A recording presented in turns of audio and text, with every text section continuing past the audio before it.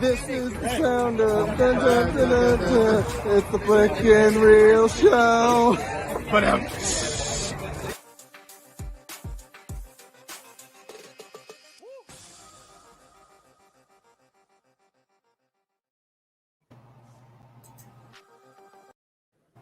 Not again. Not again is what I wanted to do. No, don't click it. Don't click it again.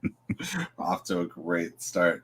Hello, everyone, and welcome to the Sunday Speakeasy, where with no matter what, even with an Ethernet cable, my internet goes to shit at the beginning of every show. It's been a while, but we are Jesse Wingblade and Sean Swift, or something to that degree. Welcome to our first post-Schmoedown spectacular show. And if you are one of the schmucks that just watch this show for movie reviews and trailer reactions and stuff, you're like, what's a Schmoedown? And I'm here to tell you that a Schmoedown's a fun thing. Who doesn't know what the Schmoedown is in this day and age? Everybody knows a Schmoedown. Hashtag reboot. Yeah. Reboot. Hashtag reboot. That's the show next year. It is. Why is there still a Spider-Man image in my overlays? Hi guys, look at this. That's for you.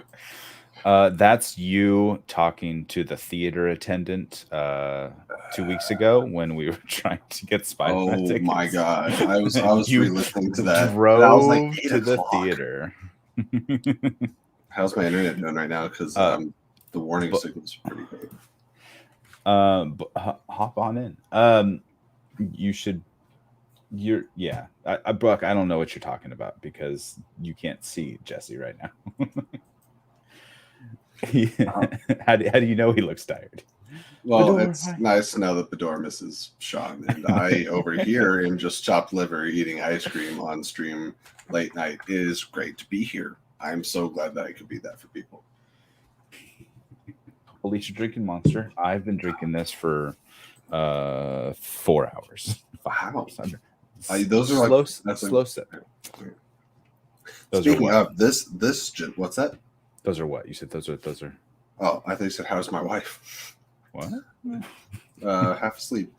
So if you guys don't know, the Sunday Speakeasy is the show where we take no responsibility for our actions, do whatever we want, talk about whatever we want. Usually goes off the rails within the first 5 minutes, as we have presented thus far. We've got some great people in the chat. Maddie Gunner, we're going to be talking about you a lot tonight, buddy, because Maddie, you're definitely one of the people making this vacation. Come over. Yeah, I'll text you my address. Do that. I almost said I have no idea what time it is, but he's still in the area, isn't he? He's like 20 minutes from me, max. Oh, he's at his buddy's house. Yeah. Either do that or hop on the stream or do something of that nature. But yeah, I have uploaded, I believe, 40 pictures from last weekend that are on here. So we're sure this guy. You guys know this guy? That's a cool guy. Maddie. And there's a late night truly for a very sleep deprived Jesse. Compliments of one Sean Wingblade. And that was in my bedroom while I was falling asleep in bed. I had the sheet or covered, like pulled up over my boobs like a lady, like a nice lady, and I was all cozy in bed. I'm glad you're not the only one that made that connection. Because this whole time I'm like, I feel like he's just trying to be real discreet. It was like 3:30 in the morning. I'm just like, guys, yeah, this is a great conversation. Cat opened the door. I gotta close it. All right, bye. Yes, that was you. Hello to everyone in the chat, by the way. Thank you for hanging out late night, 11 o'clock.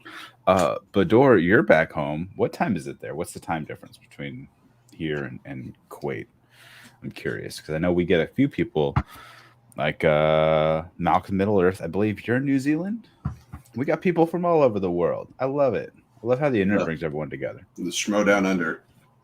Yeah, I mean, I've never been so excited to see people in person because I'm kind of hit or miss when it comes to people, and the Schmoedown community is mostly good people. And I like that when Schmoedown community is not good people, the good people all band against the bad people. Yes, which as is we fun. saw. And everyone that knows what we're talking about knows what we're talking about. If you don't, you don't. So that's fine. Maddie's from Sacramento now. Yes. Maddie, when Sean decided to abandon me Sunday morning and go to Universal, 10 a.m. Maddie took me to Sidecar Donuts. I didn't get a chance to get that because they were all gone the next day. However many you guys bought and were on the table.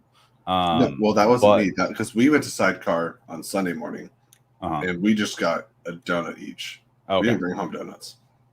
Fuck you guys. Fuck everyone else in the house.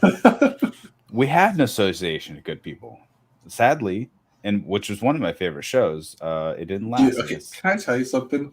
What? I've been aware of the Good People Association show, but I didn't know I couldn't find a channel or whatever. Finally got around to it because I'm just following Mark Riley around because I'm becoming a bigger fan by the day.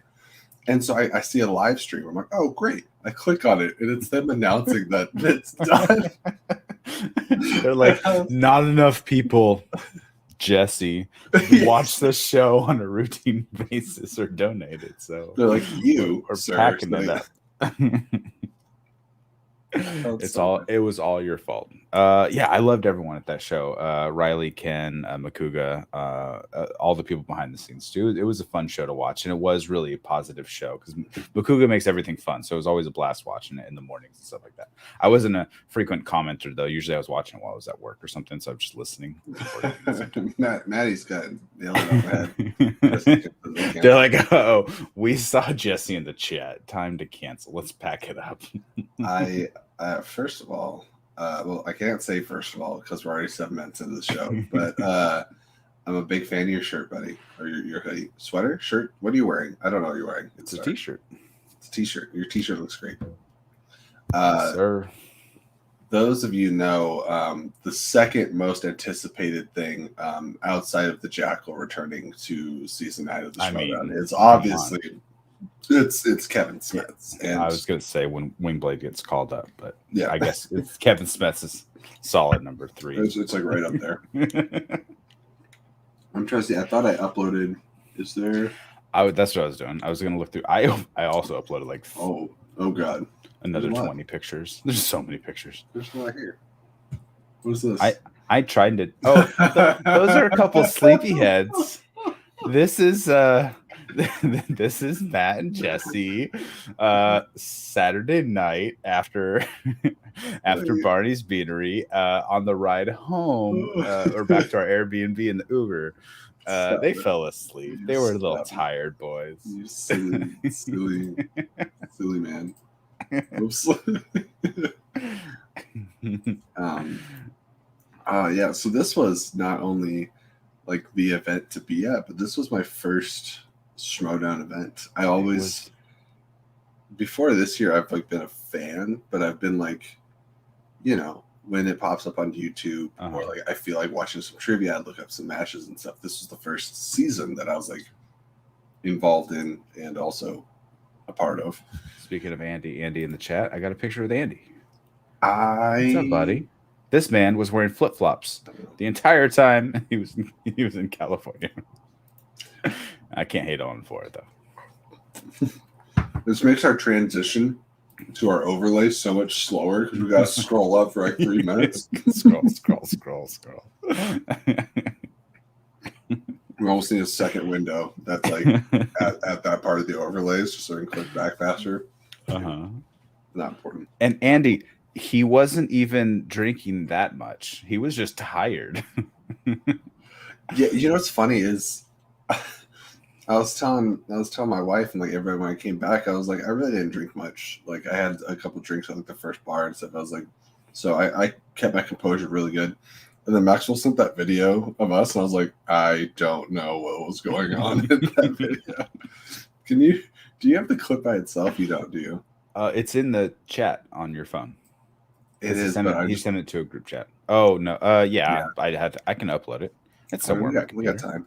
We can do it. I took a 45-minute nap. I'm eating ice cream. Let's do this. Oh, Buck was in the chat, right? I got pictures with Buck. What's going on? There's me and Jess. Yeah. You know what? This is true. We were watching Mark Suchu. I can't ever say his name, but we were watching a lot of skate videos. We were also watching a lot of Aussie Man. So just a shout out to our Australia and New Zealand friends and such. I got a picture of Buck and Pat as well. We went to lunch. This was on Monday, I believe. So things were winding down. Buck was about to leave for the airport. We decided to grab lunch ahead of time. Look at this beautiful specimen. I can't tell who he reminds me of somebody, and I don't know who it is. Repping the schmo and the money. I don't know where the video is, though. Let me see if I can find it. There it is. So the event. I'm trying to how best to what's the word I'm looking for? Recollect. Rolled in. Let's see. I think I was scheduled to be 11:15. I think I got there like 11-ish. And Sean, tell the people why we left an hour and a half later.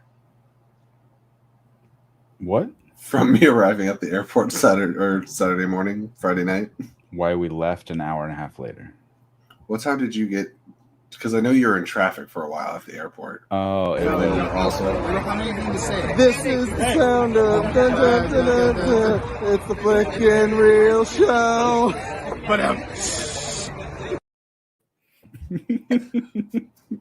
that was it in its entirety. It was that short.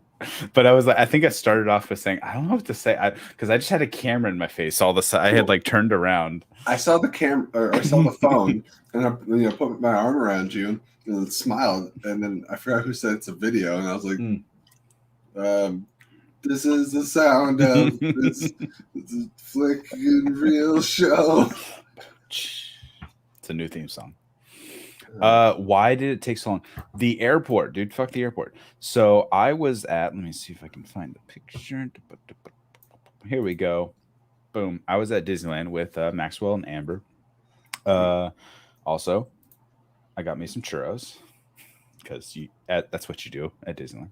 Absolutely. And we were with a lovely group of people, including the Addams brothers, Chris and Robert, and as well as Tori. And she was fun. And the whole, let me see. Oh, I saw the Millennium Falcon. This is just my trip through Disneyland, by the way. I'm just reminiscing. So we left Disney at 10:30-ish or something. I had mapped it, whatever time it was. I had mapped it to get to LAX. Yeah, you flew into LAX. We got back to the car, which, by the way, the freaking trams weren't running, so we had to walk a mile back to the car. So that was fun. Instead of like just catching a quick tram, it took an extra 20 minutes. And I texted you. I was like leaving finally at like 11 o'clock. I was like, all right, cool. I'll be there like right at 11:30. No big deal. Got there in 29 minutes. It said 35. Boom. I beat the traffic. LAX traffic, ain't it, sis? It took 45 minutes to get from the first terminal just through, because he was at terminal 6. So it's like 1, 2, 3. It's a big U shape. You go and then 1, 2, 3, and then it turns into B. And I was like, I'm in the wrong place. We switched from numbers to letters. I don't know where the fuck I am now. And I'm trying to text you guys, but also I was trying not to die because there were so many cars. I was like, now I'm lost. I went from 1, 2, 3. I'm in the wrong place. Now I'm at B. And then I don't this know guy, what happened. because obviously I ran into Matt Thomas immediately after coming off the plane, which was nice to see a friendly face.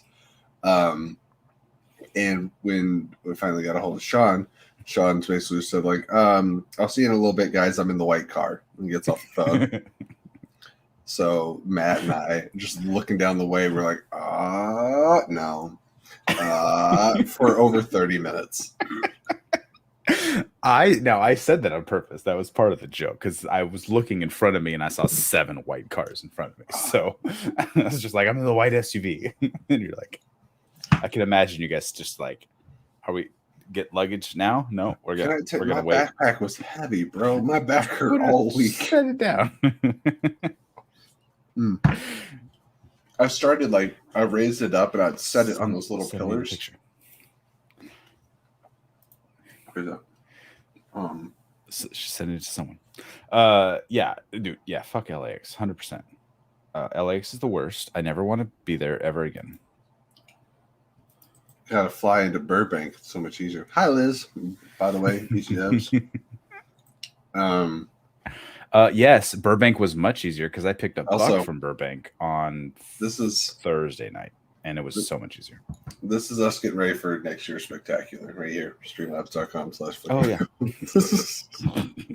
Yes. Actually, we're trying to prep.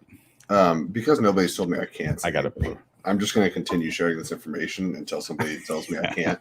And that is that I should be in some capacity coming back for season 9 of the Schmoedown, but the attempt or desire is for live matches. So airfare.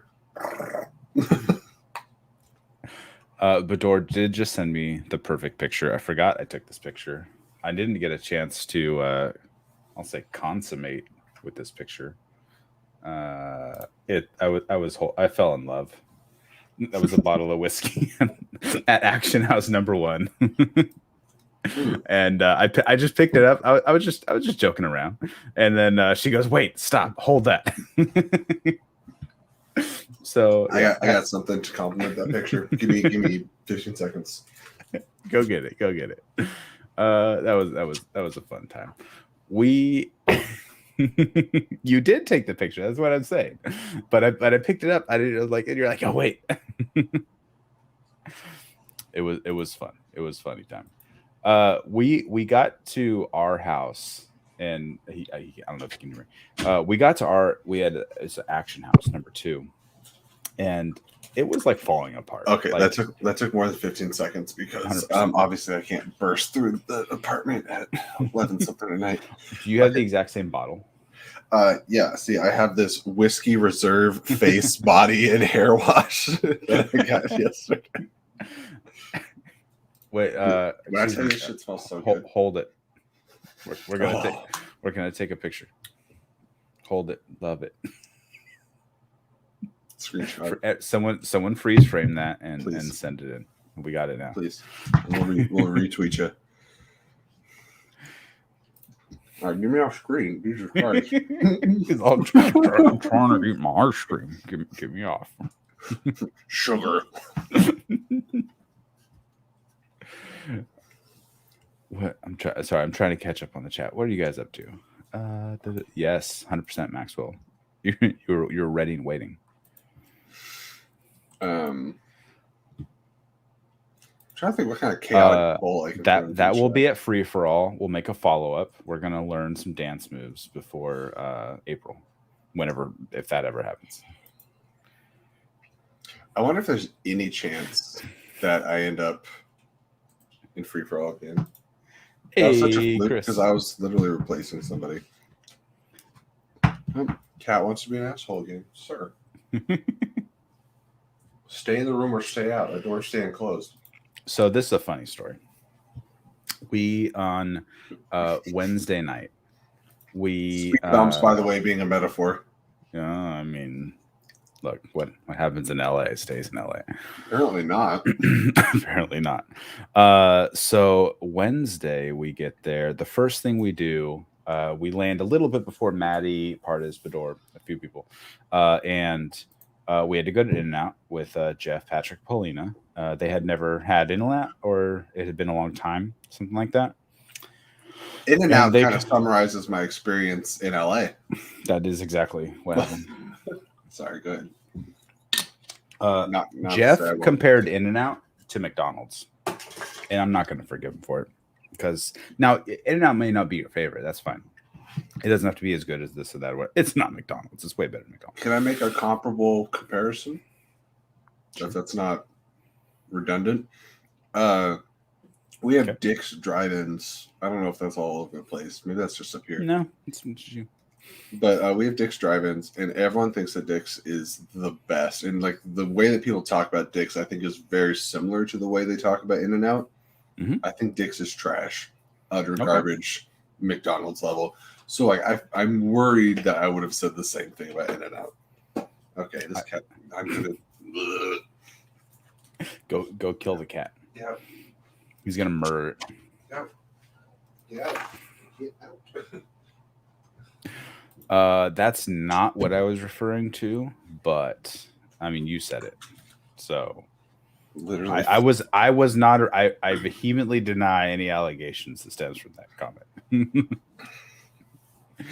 Dan, I got to meet Dan. Dan also drove me when Sean abandoned me the first time. So this is before Universal.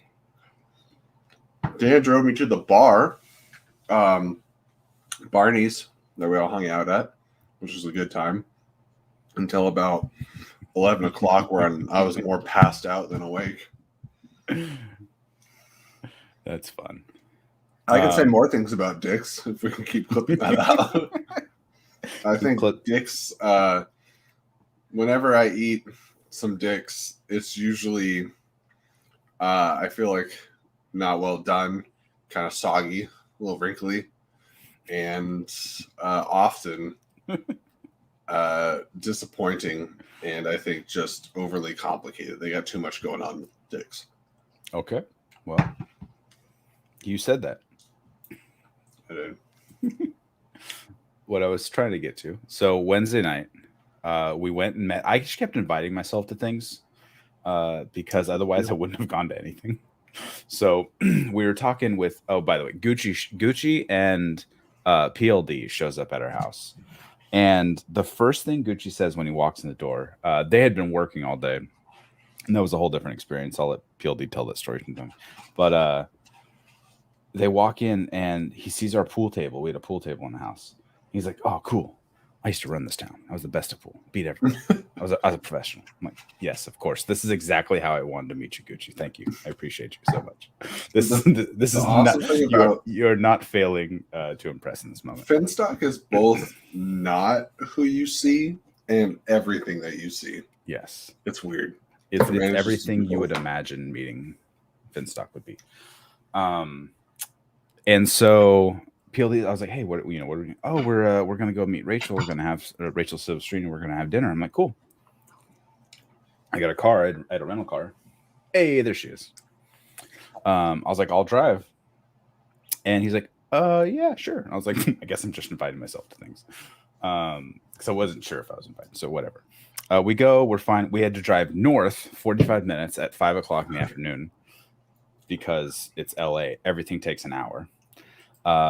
We get there, we have fun, we're doing our thing, and then we drive. They go, hey, we're gonna go meet up with Kaiser at his place at another bar down in Manhattan Beach. And I'm like, what? Cool. Yes, that's a whole. That was a thing. There's reasons why this is the 11 p.m. show for us, at least. And so we drive down to meet Kaiser for dinner. I was like, I thought we were having dinner. It's 9 o'clock at night, but all right, well, let's go meet Kaiser. It's an hour to get to his place or to get to the bar we were meeting at, which the reason why is because it was just across the street from his house. And so he's like, yeah, I'm not driving out of Manhattan Beach. Apparently that's where he lives. So after dinner, we get there and we had gone over to hang out with him and we got to meet Piggy Smalls and we were shooting the shit in his backyard for a while. If you zoom in on Jeff's face right now, he is dead behind the eyes. He is so far gone and he was exhausted. I think he had like 2 hours of sleep. He had been drinking all night and he was just done for. He was absolutely done. And it was freaking hilarious. He was just sitting there and I just standing, and then just right back to it.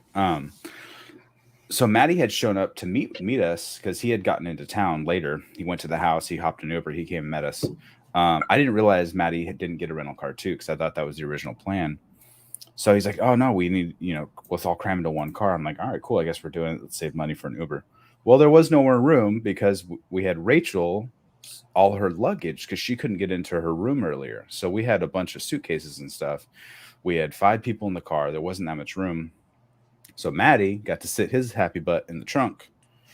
while we were driving. I think another that was your best hour. offer, going from beer garden to Barney's. You're like, I think we can get you in the trunk, and I was like, I will find a ride. That is, yes. On Saturday after the event, I was like, look, we can fit you in the trunk. That's all we got. Maddie did it. Why can't you do it? That, or you gotta spend money on Uber. I don't know what to tell you. Well, luckily, Mr. Dan Nye, the super nice guy, drove me over to Barney's, and man, that was a tuna can. It was packed in that bar. Anyways, I'm happy. I'm happy that Dan saved the day, because that man is a saint. Then, oh, I'm getting more stuff incoming. I gotta upload it. Maddie said I went full contortionist from Ocean's 11. He fit in there with a full-size suitcase, an extra backpack. There might have been one of those little tiny suitcases too. He was getting after it. When I tell you that, I think it was Sunday morning after we spent the night out at the bars. Maddie's room has one of those sliding doors. And the first time I saw Maddie Sunday morning, he opens it about this far, and he's got a blanket over his head. He looks like fucking Emperor Palpatine, and he's like, "What's up, mates? Y'all good? Right. Y'all good?" And I was like, "Yeah, man. How you doing?" He's like, And he just like slid the door shut. He's like, it's too early. I'm going back. All right, I got a couple more pictures sent to me. Thank you, Bador. So here was me and Jeff. Jeff was on Wiki. No, he was on the Boo Bear number 8 at this point. I don't know how he had so many drinks at the bar. And then there's Piggy Smalls. Oh, take the comment down. Oh, yeah. There we go. All right. There we go. There's Piggy Smalls, and then also I have a video. I haven't seen this video, but it's only 6 seconds long. Shake. Why is he giving a treat at some point? That's awesome. So that was fun. Kaiser was a blast. It was fun hanging out with him that night. Speaking of people getting trashed at the bar, somebody had to take his. I'm going to be respectful here. Hid himself to Denny's. I think, didn't I hear that people ended up not going to Denny's? Yeah, Jeff, the guy who organized the Denny's trip. He has told that story many a time. If you want that story, go to Spin from the Reel or whatever other show he was on. I think C2A did a stream. He told the story many a time. He organized a trip. He's like, hey, we're going to Denny's. He got like Harper there. He got Gold Leader. He got PLD. He got PJ. I don't know. He got everyone to Denny's, and then he got in the wrong Uber. He got in the Action Uber that went back to the Action House because they didn't go. He was just like dragged into it. He was so far gone that night. He was he didn't show up. And then we would be remiss. I love how we haven't really gotten to spectacular yet, but just everything that happened that week. We would be remiss not to mention the couple at Barney's. And everybody who was there knows exactly who I'm talking about. Everyone knows who the couple was. If you watched any of the other shows recapping the weekend festivities, I saw them for a moment. By proxy, like just being in that general. That just leads me to believe that there was just shit flying everywhere, and I'm glad I wasn't hanging out over there. When you walk up to Barney's, there's multiple patios. There's one off to the right, there's one off to the left, and through the left side there's a smoking area, a little smoking shed. It's like a 10 by 10. I went over there once just to say hello and mingle quickly to say hey to some people. And I saw them, like I was pointed in their direction, like, "Hey, look over here!" And they pointed me. It was a train wreck. It was an absolute train wreck. I couldn't either because like it was so fascinating. They were so like oblivious and aware at the same time, because like they would just be doing their thing, groping each other, and then they'd look up and make eye contact with you, and you're like, "No, I didn't come here for this." And then all Sunday morning was just Jeff and other people just saying the word cuck.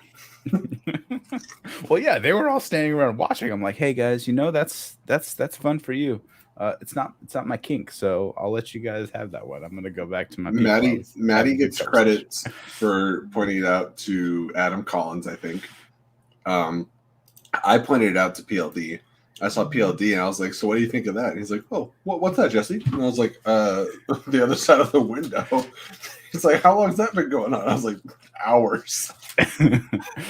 As long as they've wanted it to go on. Oh, I may Jeremy's have another comment. I've just heard elbow deep is how they were described. Yeah. Yes. You just, when you got an itch, you got a scratch. That's you go deep dive in there. Here we go. We got another video. Thank you to Chris.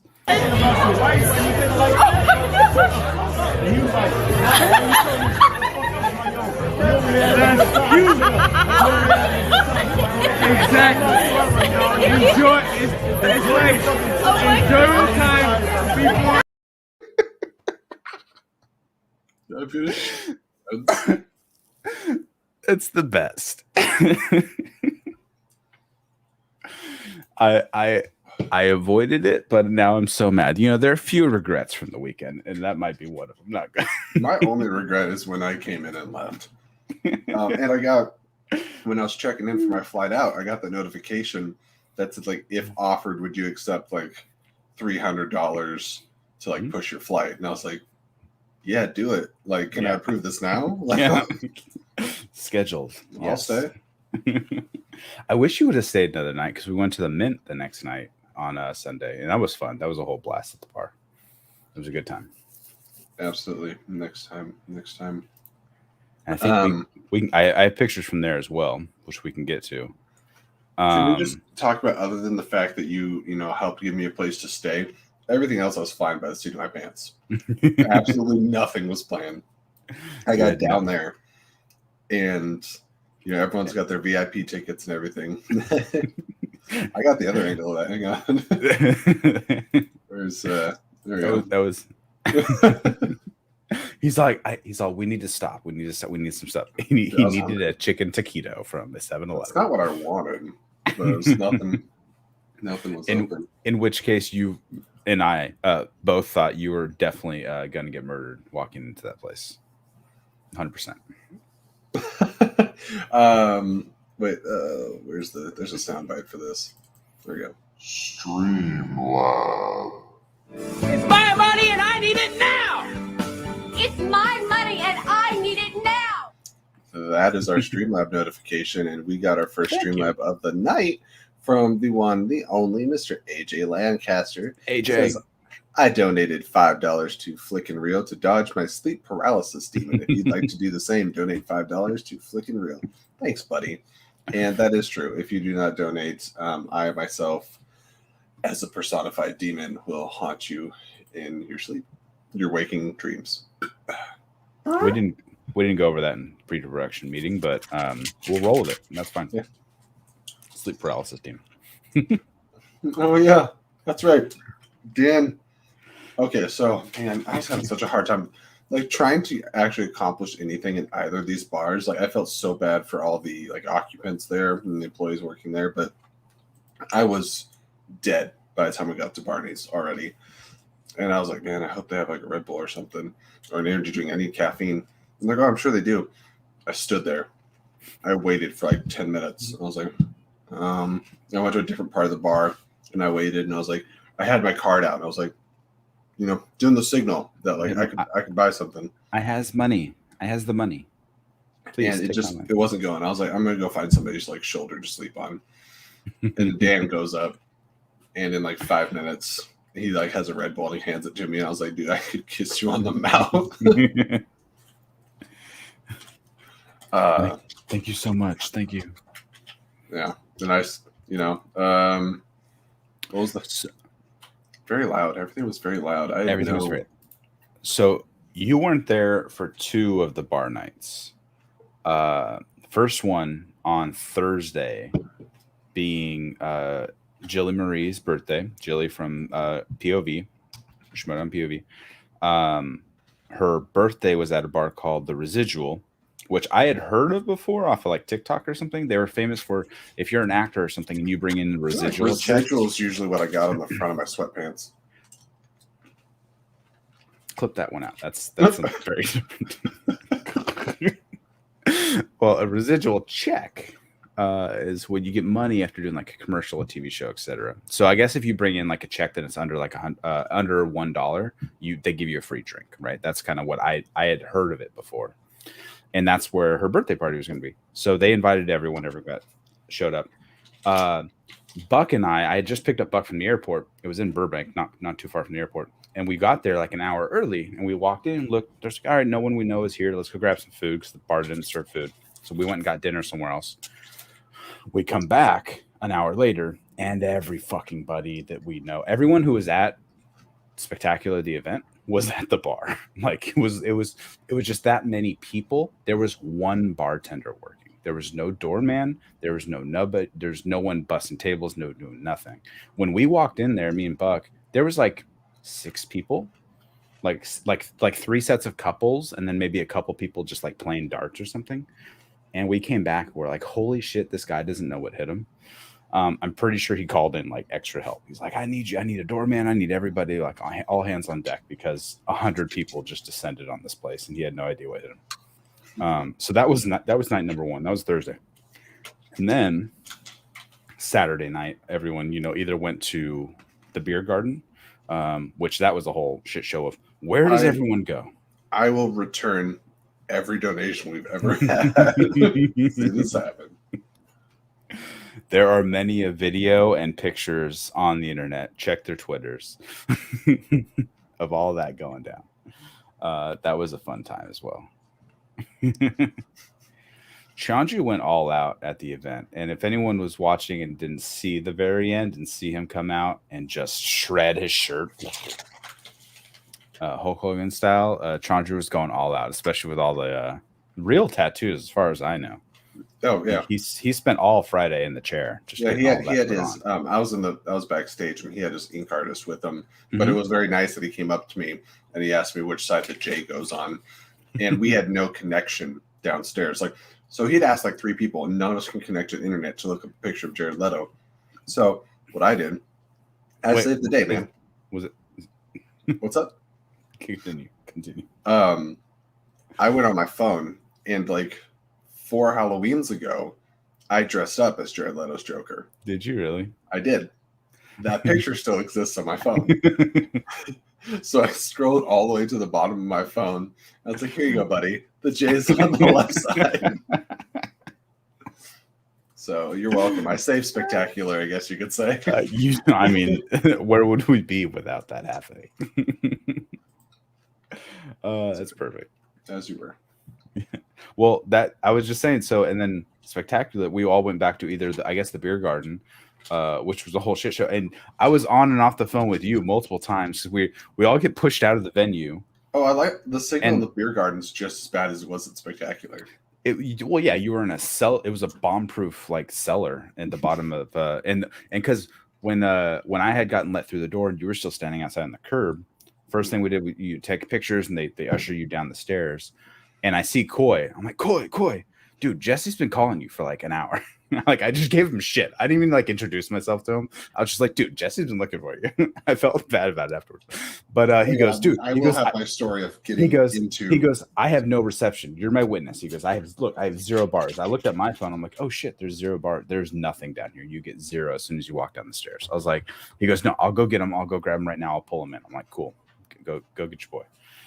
Get our guy off the streets. He's waiting out there. So we all get pushed out after Spectacular. We're all there's 50 people standing outside the gates, just on the street corner. Like, what are we doing? Everyone's like, where are we going? Where are we going? This and that. I hear this place. I hear that place. I was like, I don't know. Let's go get our car. Let's drive. We parked like 2 blocks away. We are literally driving. We hear Barney's. We're like, all right, cool. We're going to Barney's. Hopefully everyone else knows this information as well. I don't know. I'm just with my group of 3 people. We drive away. We're leaving the parking lot. We get a call. I'm like, no. We're going to the beer garden. It's right next door to the event. I'm like, we're driving away. Where are we going? I'm not going to go park closer. I'm just going to come back to the parking spot. So I'm like, all right, fine. We go park.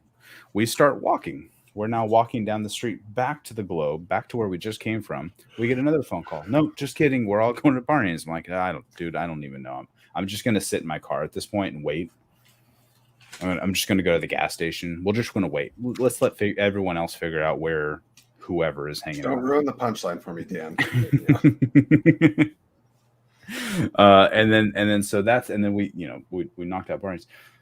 And then so Sunday at the Mint, I don't know if they didn't plan for 150 people to be there, 120 people to be there, but there was one bartender working. And exactly what you were saying with your Red Bull, that was the whole point. It was a long-winded way to get to the story. He was going down, making drinks, and then he would just go back to the same spot he just served, and then right back to the same. He was just transitioning between 1 or 2 or 3 different people, and there was a whole bar full of people, and everyone's just like standing there waving money. And so the same thing Dan did for you, I tried to do for Chris, because he came to me first. I was like, dude, my homie's up down there. He's been standing here for like 20 minutes. Like, he got in way before I did. He's been sitting there. So I was like, all right, hold on right there. Chris, what are you getting? He's all 2 PBRs. I'm like, cool. Give a man 2 PBRs. let's get the line moving. There's all these people down at the end of the bar waiting for stuff. When you ordered, you had to order ahead of time, because you're like, I'm never going to have an opportunity. Yeah, give me a shot. Give me 2 drinks, dude. like, I know you're not coming back to me for a while, so let's get a few things going. Uh-oh. Yep. Dude, he had everyone waiting for a hot minute. It was not a good time there. I mean, it was a good time there. The bartender at the beginning, once 45 minutes into it, and things had kind of slowed down. They got into it. I think the door guy started working behind the bar. That's what it was. Once he got everyone in the doors, they started actually flying. So it ended up not being bad. Here's the story of why I'm going to be in the dungeon next year.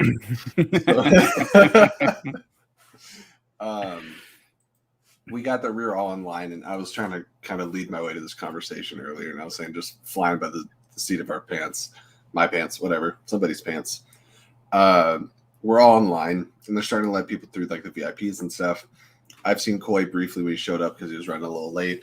He's like, hey, buddy, I'm going to get you in. And then also I think it was Courtney is like, yeah, we'll get you in. I'll go ask some questions. Everyone goes inside, disappears, whatever. It's great. But then it starts to be where like I'm starting to be one of the only people that's still outside. Everyone's filing in. And I was like, I don't have a ticket. I don't actually have a way to get in here, like legally or like officially. I don't have a way to get in here. And so I don't remember. Did you make this suggestion? Somebody told me to go talk to Kaiser. Yeah, we were all standing there. I was like, Kaiser's right there. He's smoking a cigarette. Go talk to him. Go. Just go down the street, talk to him right now. So the man that knows me only as Snaggletooth Rodent, I walked down the way to go talk to him. I was like, dude, I do not know where my manager is. I don't know where Coy went. I don't have a way in there, actually. He's like, oh, yeah, man, it's cool. Just follow me. And so I started walking behind him, and, I just got my purple backpack on and stuff, just looking like Hedora. And we walked into the place, and the security guards, like, step up in front of Kaiser. And, like, do you have your badge? He's like, I'm part of the show, man. And they're like, well, do you have evidence or whatever? They keep trying to, like, ask him questions. He's like, stop grilling me.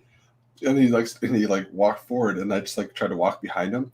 And they're like, what about, he's like, he's with me, man. He's with me. Like, Kaiser's just so, like, done with it. He's like, shut the hell up. And I followed him in, and we got, like, 10 feet in there. And then Courtney runs up, and she's like, hey, I asked Christian. He said if you didn't have a ticket, that you weren't coming in. But whatever, go get the back. I was like, okay. I was like, I'm glad this is chaotic. And then I get downstairs, and like 15 minutes after I've been down there, I find Coy, and Coy's had like 2 or 3 people tell him to go get me out there. And anyways, it all worked out, but I was so scared of going anywhere. Once I got to the back room, I was just like hiding in a corner, like imposter syndrome, just like. Once Kristen Smith was outside, she came out first to check all the like VIP tickets. I'm sorry, did I say Courtney? It was Christian. Yes, Kristen. Okay, yeah, Kristen. Yeah. So she wasn't working. she just got there early, and Christian was like, "Hey, we need extra hands. Do you want to help?" So it was mildly organized chaos, and everyone was just doing their best, to be honest. And on like Courtney and Megan and like whoever, all the other people working the events and all the other Skybound peoples, like they were doing the best they could everywhere. They were doing everything they could on hand, and there was a few emergencies that happened, this and that and the other, especially our friend Amber, who shockingly like fell and broke her foot, broke her ankle, which sucked, and now she's dealing with that all weekend too. Shout out to Amber and Maxwell. But that was a whole thing. But everyone at the event was doing their best with all the chaos of 600 drunk assholes yelling and screaming at people for movie trivia. We may have all been drunk, but not everybody was an asshole. Yeah. And there's probably some sober assholes too, so it was a real mixed bag. Oh, I guarantee you. I like that when I first walked in there, though, they had like some shirts and they had some posters and stuff. And I saw a cool poster and like nobody was really hanging out by it, so I didn't know if it was for sale or they're just handing them out. I was like, how much are these? And they're like $10. I'm like, And then I walked away. And then when everyone's leaving the event, there's nobody there. And all these like posters and things are just out there and everyone's just walking by and grabbing them. I was like, okay. And then I left at the bar. They announced the reboot. I think you had the picture for it. I wish they would have had shirts available on the way out. That would have been like the perfect time if they already had a few. Because I would have got a cool shirt for like next year's season. First, for sell stuff, hot off the presses for things that's coming. Yeah, and not just, oh my goodness, this guy. We're getting the finger, not that finger, but we're getting a finger. So we got to hold up on bringing somebody on. But we do have somebody to help recollect the chaos. Mm-hmm. I believe he'll have his own colorful set of stories that he remembers, hopefully. So, see, here's my picture of this beautiful man. So that was a lot of fun. There is the Deacons and Brandy Parker, and man, Brandy was such a just like light of the show. Just every opportunity she had, she was hugging everybody. What a wonderful person. Brandy might be the best person. I think she might be the best person. The best person. I think that's her official title. Which, to be honest, I'll say that about like a lot of people, but Brandy's the one I mean it the most. You know. Okay, and what Chris here in this picture is reminding me of is I want to have the discussion of seeing everybody's height in real life or lack thereove. There's people that you can put in your pocket and people that you're like, damn, giant, what's up? I had always maybe just from seeing like pictures and stuff offhand. Well, Chris is one of them, but I thought Christian was like 6 something, but apparently I'm taller than Christian. We took this photo because nice. all the people walking in were taking photos. The guy in the middle's got a big head. Yeah, this guy, I got a big fucking head. I got a photo. This tweet that I put out, I didn't realize it was going to get so hot.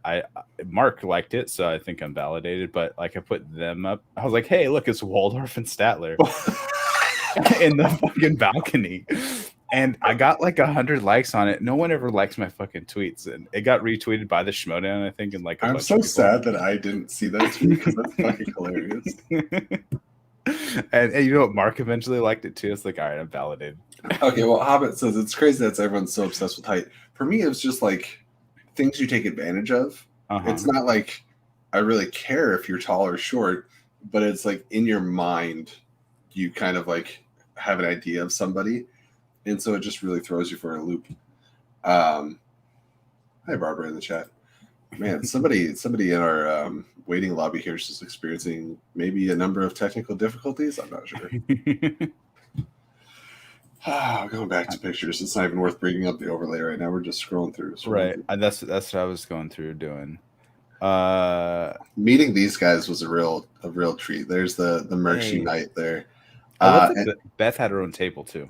She did. She had her own table. This is the book she was selling. I'm trying to remember the name of it off the top of my head. I think it was just I Am Beth May.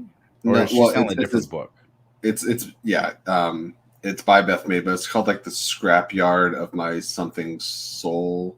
Okay. The Salvage Yard of so. But anyways, I bought it. I'm like halfway through reading it, and it's a trip in the best way. So that was really cool getting to meet Beth.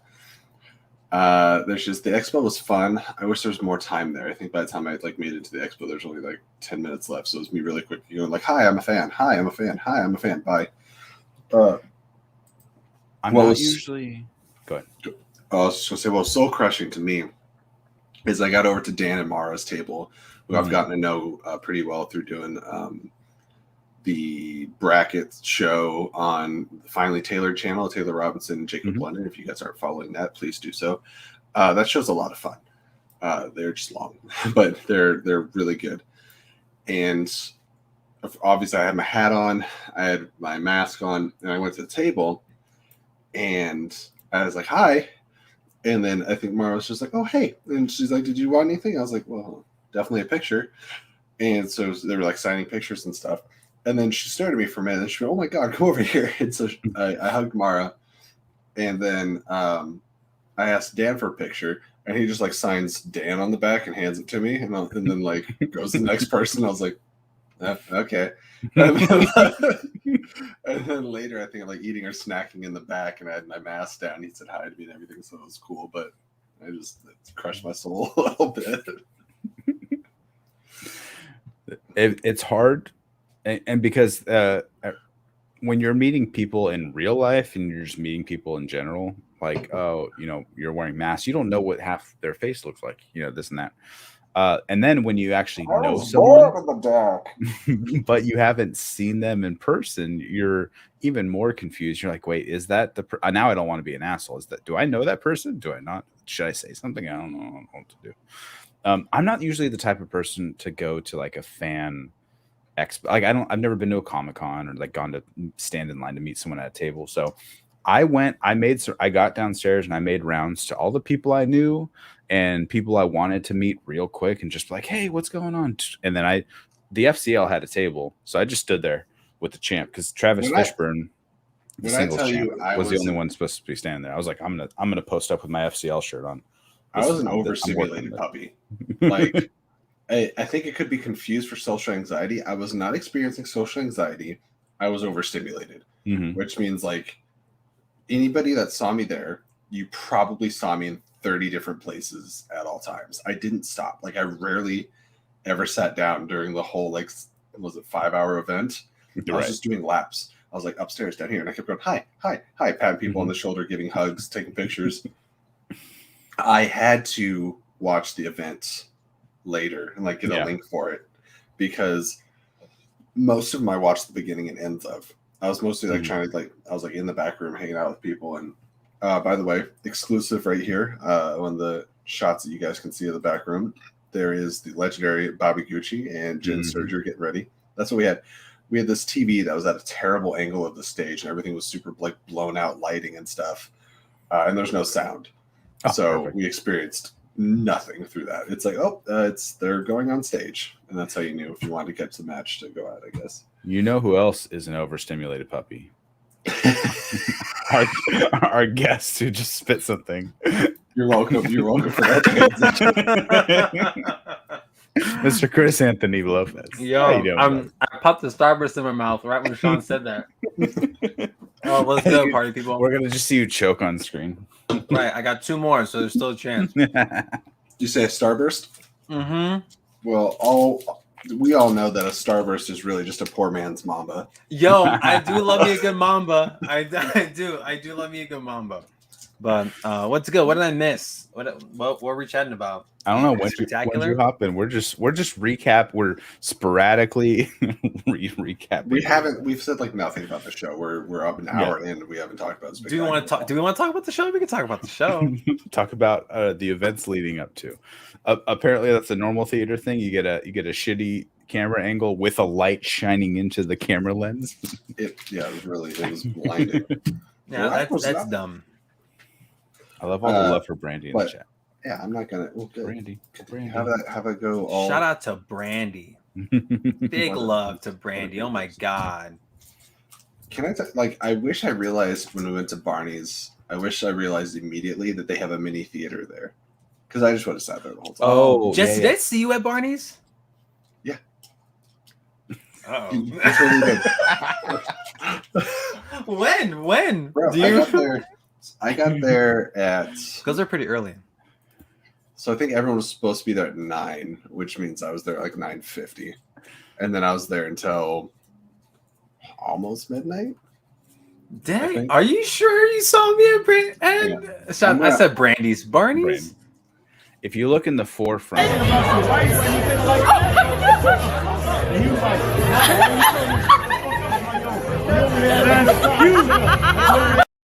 Okay, so I can tell you y'all the origin of that video. So I'm sitting at the bar. I'm trying to see if you're in the background of any of these pictures.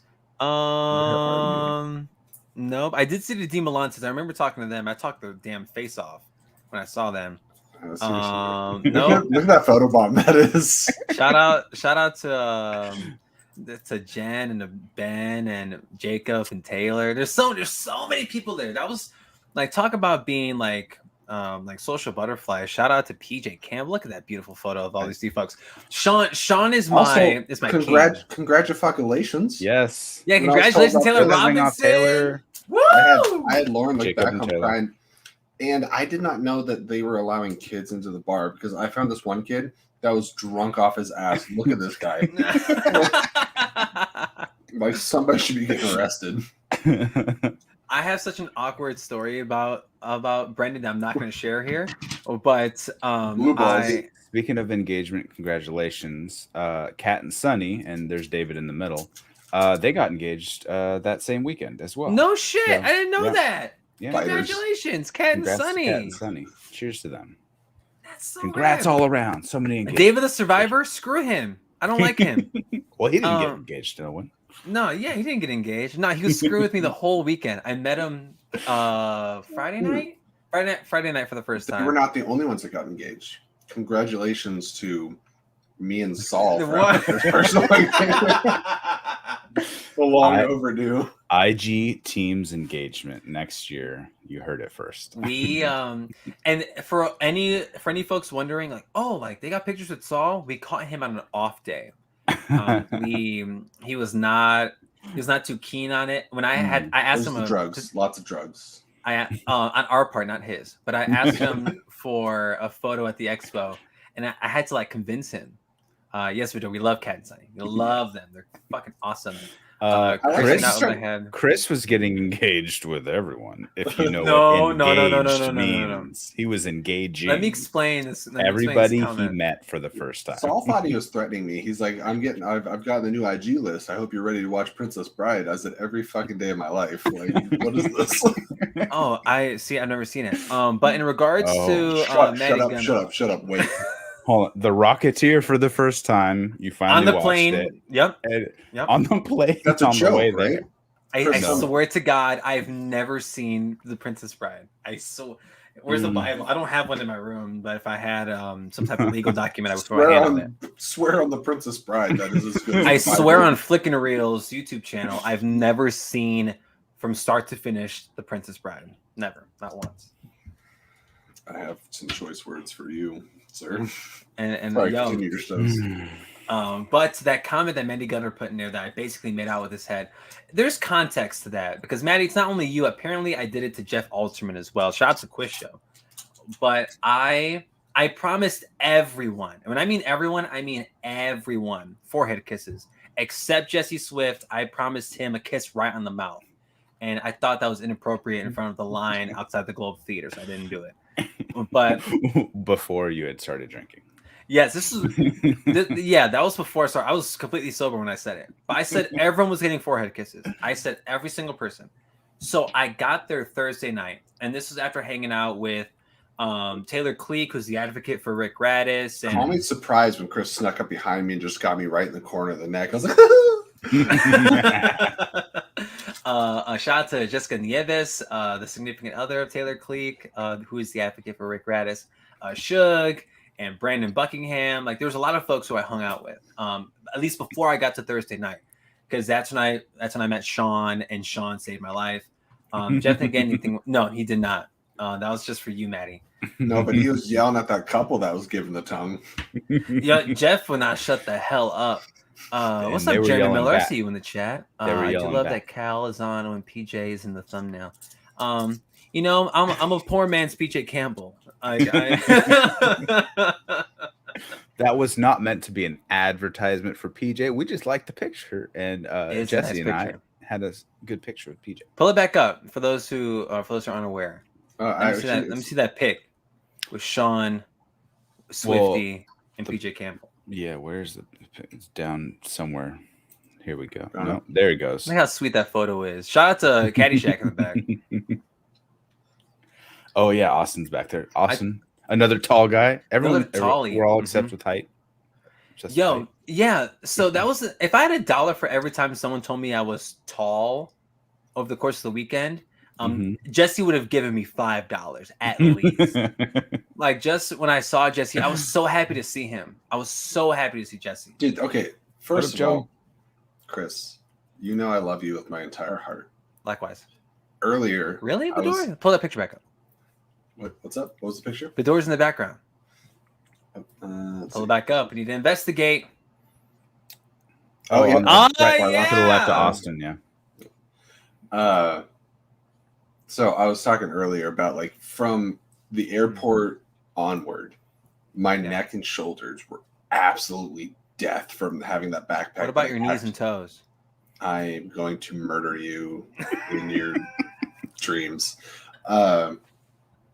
But I had packed a laptop that I never used and a Switch that I never used, and that was most of the weight of the backpack plus a bunch of clothes stuff. Anyways, Same. so Actually, Yeah, that sounds right. my neck and shoulders were just garbage. Anyway, so I have this backpack on. And we're waiting in line to get let into the spectacular. And Chris is like, hey, buddy, you know, and we're like, blah, blah, blah, blah. And so he just puts his arm on me. And fucker's got it on my shoulder for like 30 minutes just leaning. And I'm like, I'm going to die. This is the end. This is how I collapse under my You should own have weight. said something. and pass away. I was like that to literally anyone. Like anyone that was around me. I was leaning on them. I was so caught between like I love this man and like I'm going to snap his wrist off. Dude, I was that entire weekend. I was just so happy to see everybody, and I promise y'all at some point we'll talk about the movie trivia. But at Well, that's what all these other shows are. We are not a Schmoedown after show, so this is more about the being there. You know? so y'all, we're not going to talk about the movie trivia at all. But nominate us. Nominate us. Right. Nominate us. Speakeasy Just for to after say- show of the year. After show of the year. just to stick it to call to action in POV. Just be No, Yes. just stick it to spin from the reel. Fuck them. But the Oh, you're just talking about another white ledge. Never mind. it's not white lead until tomorrow. Wild Real Entertainment, 8 p.m. Central, 9 p.m. Eastern. But no, I love Allison. Shout out to Allison Salamoni. But the entire weekend was nuts. Just seeing everybody and seeing everyone in person was insane. And I wanted to make sure that everyone knew how grateful I was to see them every time I saw them, because I don't know the next time I'm gonna see y'all. So that's why I bugged the shit out of everybody. I'm telling you what, I'm wearing everyone. heels next time just so it's way more uncomfortable for you to lean on me because I was just like right at that right height. Yo, every time I saw Sean, I was so happy, and I know he said the story about the bartender at the Mint. You know how grateful I was that Sean was like, "Let me be your dad for a second." And I'll be your I'm like, daddy. "Thanks, Dad." I was so happy. Daddy? What? Sorry, Daddy? And right, and maybe it was because I was the only. I may or may not have been the only black dude standing at the bar at the moment, but I'm like, this bartender, awfully suspicious. At least that I remember, but it definitely wasn't the case because he neglected like Becky Gubbins. Rachel Silvestrini was pissed. She was livid and Very upset. And Dave the Survivor, but screw him. He can. Rachel lives in suck this one. space. Like she's she works with bands and concerts and all kinds of stuff. She's in the, she knows, the bar world, etc. Everyone, and because I did stand in the middle at first, and then I walked over to the right hand side to like say what's up to a bunch of people, and everyone, there was 7 people over there just like, we've been waiting for fucking ever. Like, where's our drinks? We've been here for 30 minutes, like waiting. I was like, all right, cool. I walked back to the front and I just worked my way in to the bar because I knew he was going down the line. And I was like, hey, cool.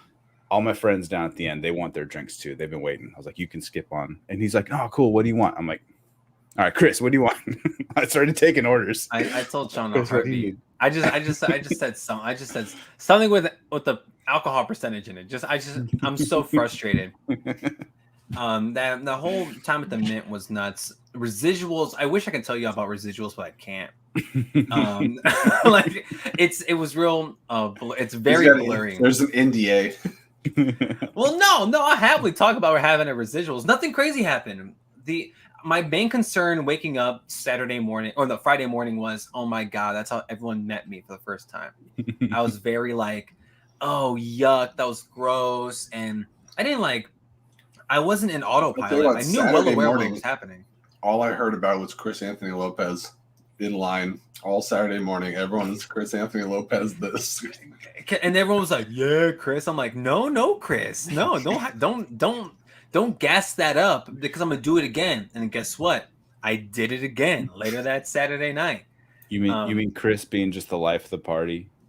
I was happy to see everybody. And you know who else he was happy to see? Where's that at? Hold up, I can get that. Christian Harloff. Hold up, wait. Fat head. I like how it's perfectly blocking out Chris's screen. Oh, Hey. There he is. This is my dad right here. You need a new podcast. It's just you and Christian's head. me and Christian Harloff. Look at this. Like this is so, you know how inconvenient this was walking around the airport with it. We need to get for this. I mean, I love Christian. Obviously, I wouldn't know you guys without Christian. Sure. But like, damn, this is such a bitch to take to LAX and Midway in Chicago. It was a pain in the ass. But no, I'm very appreciative for how everyone was so tolerant of me, especially Thomas Harper, Sean, Jesus Christ, I'm so grateful for you. King Khan, I annoyed the shit out of Khan every time I saw him. I didn't get a chance to talk to him. He was very shy and reserved, and I had was moving through a group of people that I had known, so I wanted to say hi to all these people, and he was just in the background. I'm just like, there's 30 people between us, dude. I'm sorry, I couldn't get over there to say what's up. There's 5 or 6 people that I was frequently around within arm's reach that I never said hi to, and it was James White for me. He was always in our little circle. I just didn't get a chance to sit and look at him and talk to him. I didn't get a chance to say what's up to him. I got two folks who I saw a couple times. I was very scared. Shout out to Joey, because he was taking fire pictures all weekend. If you've seen any of this stuff, and there's a great one of Ben Bateman right after he got done with the set at the Mint with a red light in the background. He got this smile. He's walking off stage. Fantastic. Good job, Joey. Killing the game. The two folks that I kept seeing, but I wasn't scared to say hi to anybody, but I was just like, oh my god. And it was Shannon Barney and Mike Kalinowski. Okay, those are the two people. Shannon is surprisingly teeny tiny. I went up to fucking everyone to say what's up. I was so happy to see everybody. I saw Mike first. I'm like it was I'm 900 pics. Oh my god. But I saw Mike at the actual event right before his match. It was right before the Star Wars match ended, and I'm like, "Oh, good luck, Mike!" And I was like, "What the fuck am I doing?" And I saw them at Barney's before all the craziness happened. Suge and myself were sitting with James White, speaking to him, and we were hanging out, just talking, eating. And Mike, it was a table of Mike, Sam Levine, Rachel Cushing, Shannon Barney, and Mark Edward Hoyk. Let me pick up all those names. I was gonna say, it was a table of goats? Is that they were essentially all eating foliage? Okay. Essentially, and they were sitting at the table across maybe 5 feet from us, and I was like, oh my god. And I have very little regrets. I was so scared. I was very scared to go say hi. I have very little regrets, but I think if I could have any do-overs, it would be interactions. The only interaction I had with Ben Goddard was "Hey, can I get you a water?" Yo, Ben Goddard opened my beer at Video Drew's house, which is one hell of a sentence to say out loud, by the way. Where'd fucking Starburst go? Please excuse my French. Mike calling out everybody, especially when he was on stage, which was fun. He was calling out Bador for wearing a Dungeon shirt. Yo, and maybe that's why I was scared to say something at Spectacular. I was wearing all my exchange gear because I was staying with Rick Radis at the time. So I'm like, yo, I'm gonna wear my exchange stuff because I'm gonna support Rick, because Rick and we made amends. We're best friends now. And I'm like, fuck. And Roca gave me shit because the night before on Friday evening I saw him. I was wearing my corruption stuff. It was a bad time. It was not a good time. So when I met Mike as well, standing outside Residuals Thursday night, and I was leaning up against the wall. the front door is to my right, so everyone's kind of like walking by me to get in the front door. I was just standing outside chilling because it was so damn hot inside the bar, and I was talking to Parker, and I was like, "Hey, yeah, how you doing? Like this weekend?" Da, da, da. We were just chit chatting. Mike walks up and just goes to talk to Parker, and I was like, "No, you guys are supposed to be fighting." And I was like, "How dare you be friends? Don't play nice. Don't play nice. You're supposed to hate each other. Kayfabe. Come on, guys. Don't break it." So I got to say what's up to him, shake the guy's hand, and he was looking all like GQ cover model. He had like a pea coat on with like a scarf. He's tossing a scarf. Of course he is. I mean, like on camera, he exudes hot energy. So what the hell else would you expect? On Schmoe Me the Real on Friday. One of the last things I said before I left, I'm like, for all those who just in case you're curious, Jesse Swift is just as hot in person as he is over the screen. Because I know I was. Can we roll that? Can we roll that clip of me and Sean again, and then have Chris say that, please? Because that was filmed in person, and I've never been more disappointed in myself. Yo, because I remember I was questioning what were we here for, Jesse? What was it was your spectacular thing. Mm-hmm. To get you to this thing. To get you to the event we're talking about. And you played that skateboarding clip. I'm like, damn, like Jesse is hot, isn't he? And then I saw him at the thing, and I looked down on him. I'm like, Jesse Swift, how are you? Dude, you heard it here. Chris Anthony Lopez looking down on me. No, I was so happy to see you. And Sean, I vaguely remember when I first saw you, because I don't think I saw you every day, but I saw you damn near every day, 3 out of 4 days. And Thursday, can you describe our first interaction? Do you remember? It was at Residuals. I had walked in, and you were like, you walked in the door. Yeah, you were already there. It was over off to the right, and there were so many damn people there. And I was kind of just like making my way through, like weaving through the crowd. And I think you had seen me and were like, Sean, something like that, basically. Yeah, which was your reaction to every person you saw for the first time was like, enter name here. Whatever person was in front of you. It was all genuine too. It was very genuine. Can somebody tell me why came across that way? The only person I was afraid to talk, or one of the only people I was afraid to talk to, was Emma Fife. Really? Okay. I kept seeing her, and like whenever I saw someone like Ken Knapsack, I walked right up to his table. I was like, "Hey man, I listen to Force Center. Like every time you guys drop an episode, I've been a big fan since like Collider and everything." So like Ken, too kind, Bador. Mark Riley, I had probably my favorite conversations like of the weekend with Mark Riley. But then Emma Fife, I kept being like, "Hi." Hi. Talk about folks I was bugging the shit out of. Bador was one of them. Especially at Residuals. Yeah, Joey. I think everyone should have been wearing a name tag with their screen name, because that would have helped out so much. Because there's people we see each other on camera, doing shows together, like we know who we are. But there's some people who are like letters, like some B. Talking about Thrawn. This, that. Thrawn. I didn't know who Thrawn. And his picture is an avatar or something. You know what I mean? There were so many people who I didn't know, and they're like, "Oh, I'm this person." That was the big one for me. Was Thrawn. Matt Link. I met Matt Link. Matt Link. That was another one. Who does a bunch of like the GIFs and the clip outs for SEN Live. Yeah. And he was cool. I got to talk to him for a minute, and he's great. There was somebody else that was like that. Yeah. Where someone because I remember one of the many times I bugged Bador against Bador. I apologize. But Barnes. What up, CB? Good morning, man. What's going on? Good morning. But he's in London. I went to go bug Bador because I was walking by and I saw her, and I forget exactly, in Bador, if you're still in chat, correct me, but she introduced me to the person she was talking to, and he's like, "Oh, like hey," he said, "Hey, I'm Thrawn," and I'm like, "Excuse me," because my man was crushing. He had the crazy ass beard, and he was wearing I think it was a bucket hat down to here, right? And I'm like, "Oh my god, like you're so like you're fucking awesome, like you're so fucking rad." And I saw him again multiple times over the weekend. I'm like, you're so goddamn cool. Like, what the fuck am I doing here? But everyone was super fucking dope. I'm trying to think. Oh, going back to Khan. So, Sean, you were saying that Khan was like, he was like to himself. He was reserved and wasn't like really just going around chatting with people. That's what made me want to go bug him.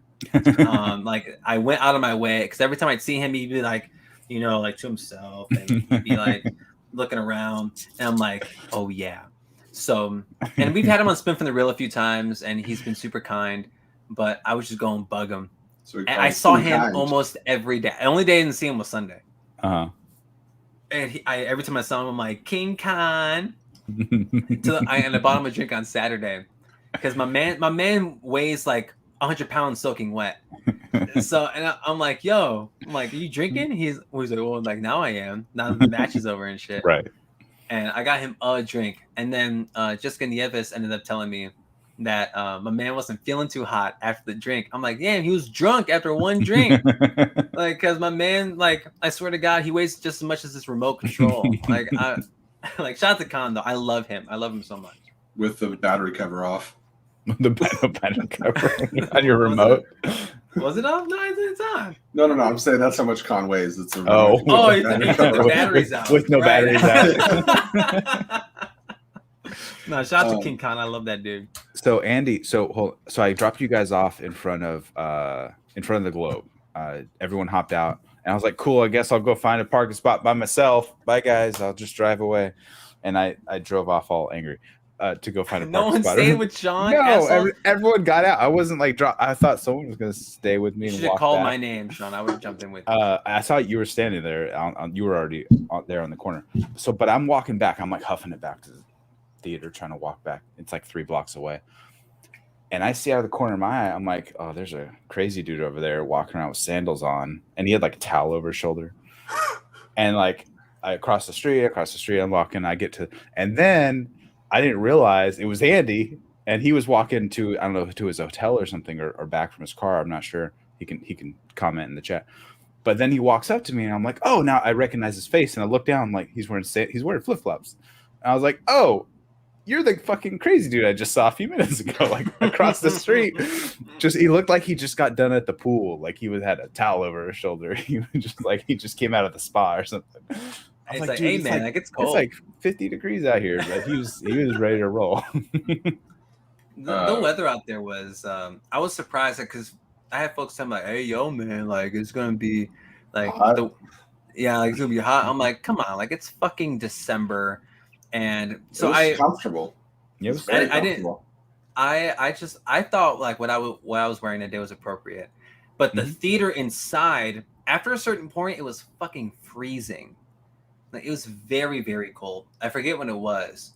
I think it was after the intermission. Like it got very chilly, and I'm like, yo, like we need to pump damn brakes. I wore a flannel essentially all weekend, and I'm like that was good. I think that was enough. No jacket required, like Phil Collins. What was I gonna say?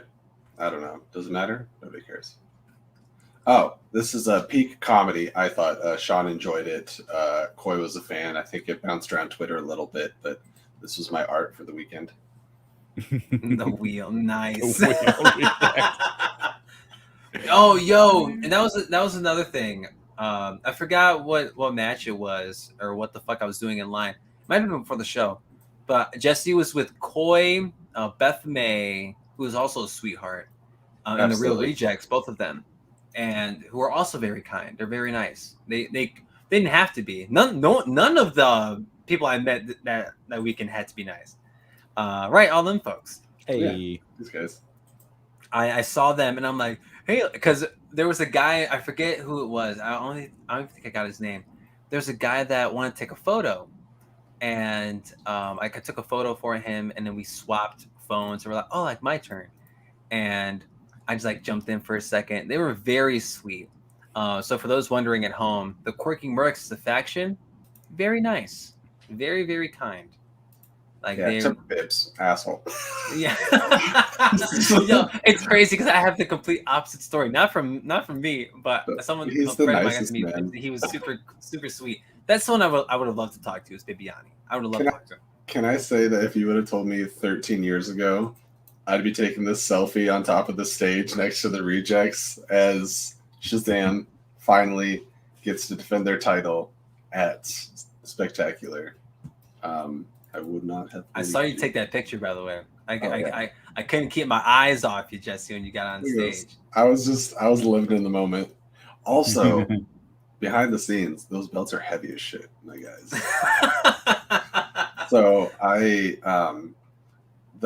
they had really narrow stairs to get down, and so I was like, Bibbs, I'll hold that belt for you. You know, like, oh, I'll hold your belt for you. And so he hands it to me. I almost dropped it right on the floor. He's like, oh, here you go. And like, hefts it over to me. I'm like, oh, God. They're like 20 pounds, freaking like solid belts. They're heavy. They're I think MMA belts, like the UFC belts and like the WWE, they're heavy metal. They're not like thin. They're not playing around. Wispy things, yeah. Not playing around. What's it call it? Sean Sean, you mentioned the FCL table at the expo. I think it was before I got on here, and it was pretty rad. Not only to see the FCL represented over there, because we're going to see such a drastic change going into next year. It's going to be very different, yeah. Which we still have zero idea what's going on. So I'm like, I wasn't going to ask, but I mean, now that Sean said that, he has an idea, but he won't tell us, just so everyone knows. But but seeing like Travis Fishburne there, and obviously Sonny and Cad, and who else is up there? David Jinjoyan. No, I don't want to talk about him. No, okay. I'm not talking about him. Maxwell's Adams, a sweetheart too. Yeah. Oh my God. Yeah. The Robert at Clay the bar was there, the flying cow. At what's it called? At the Mint, Sean. When I was chatting with you, you were sitting in the corner. I went to go say hi to you, and we took a nice photo. And Robert Adams was like, "I know who you are." I'm like, "Excuse me?" Like, "Oh, who's this mysterious personality?" Okay, don't worry about it. I'm like, Sean, I'm like, and I'm like, Robert, like, I mean, I'm well aware of who you are, but how the hell do you know who I am? And see, that's one of the many photos. I don't have the picture. Send it to me. With PG, with Peggy. Yeah, shout out to Peggy Gubbins, Chicago resident. But what's it called? We took a couple nice photos, and Robert Adams know who I was, and I'm like, how the hell do you know who I am? And he's like, you're on that Spider-Man stream. And I'm like, oh yeah, I was that one self-indulgent piece of shit that got his Spider-Man ticket and popped on the Spider-Man stream. Oh, fuck you.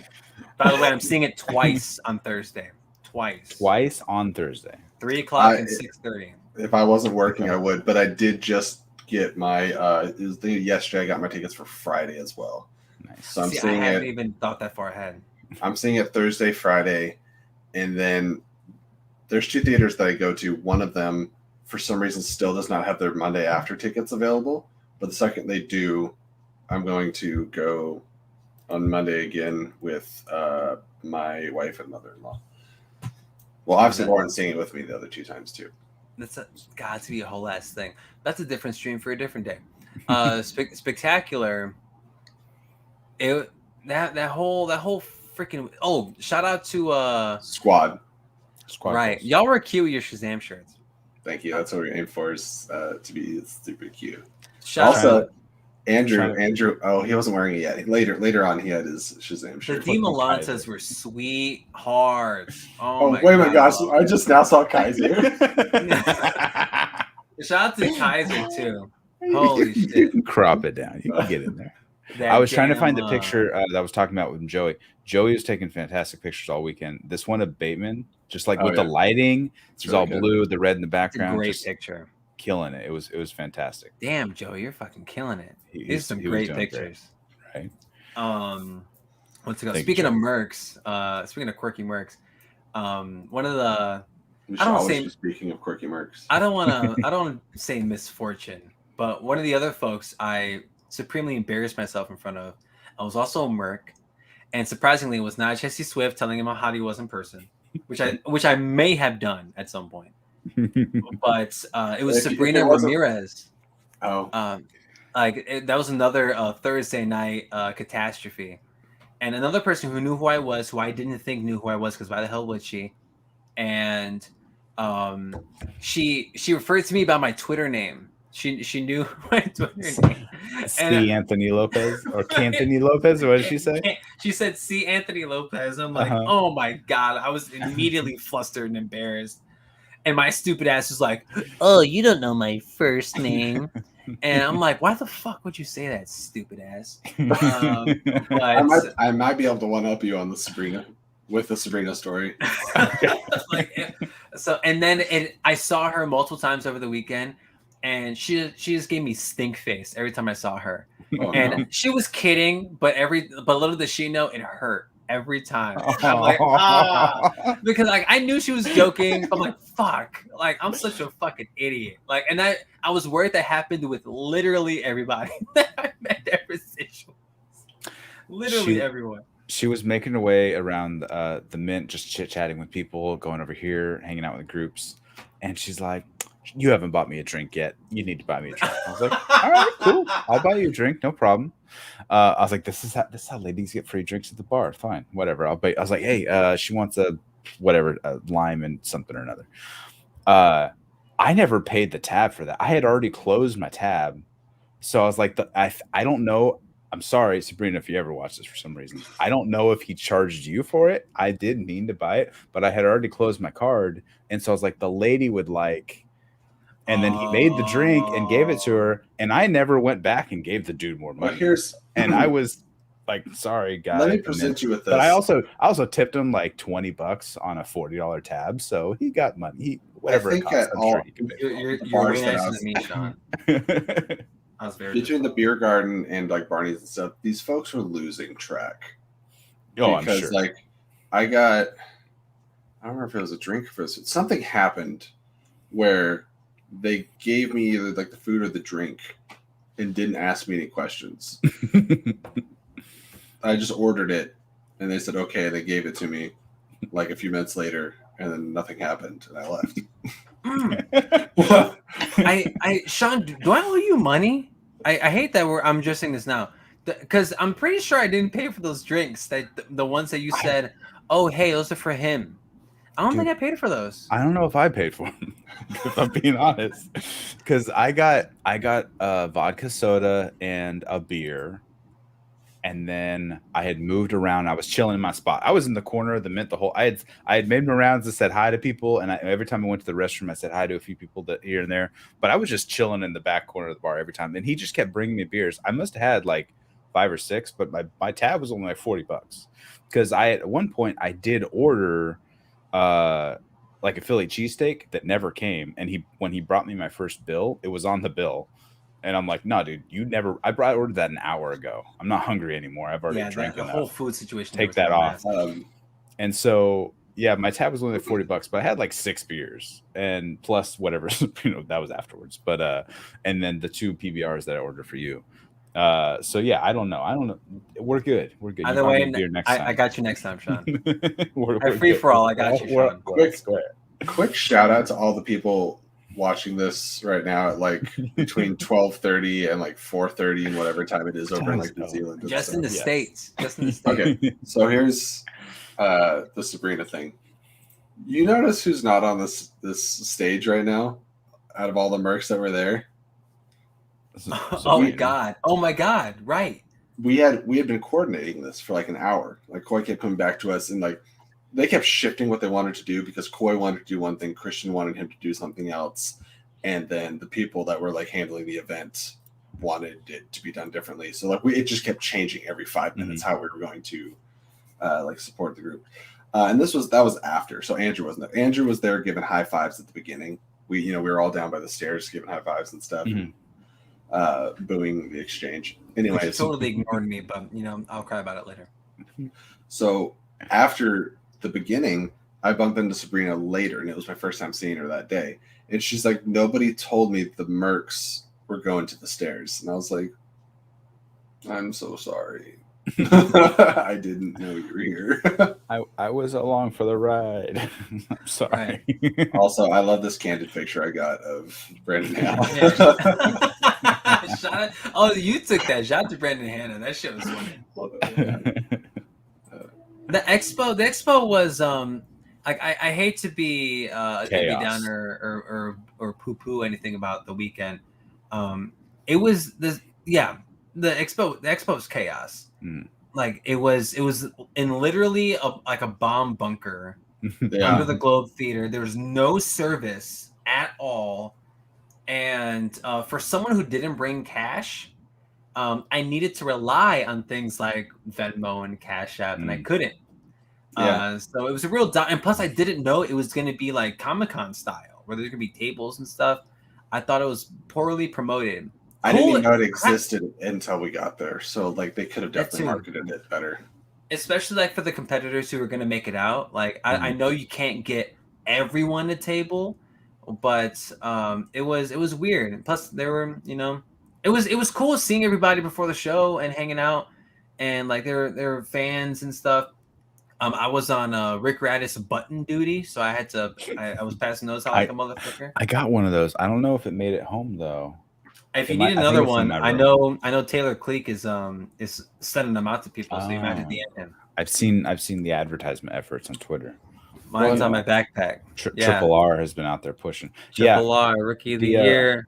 The expo tables. I had talked to Roka a little bit. I know Roka was putting in a lot of effort to try to get shirts made for his last ride, and he was going to do photos and everything. So I didn't even think about Venmo and people not bringing cash or a way to pay, because he was selling T-shirts. So I wonder, because I know Winston and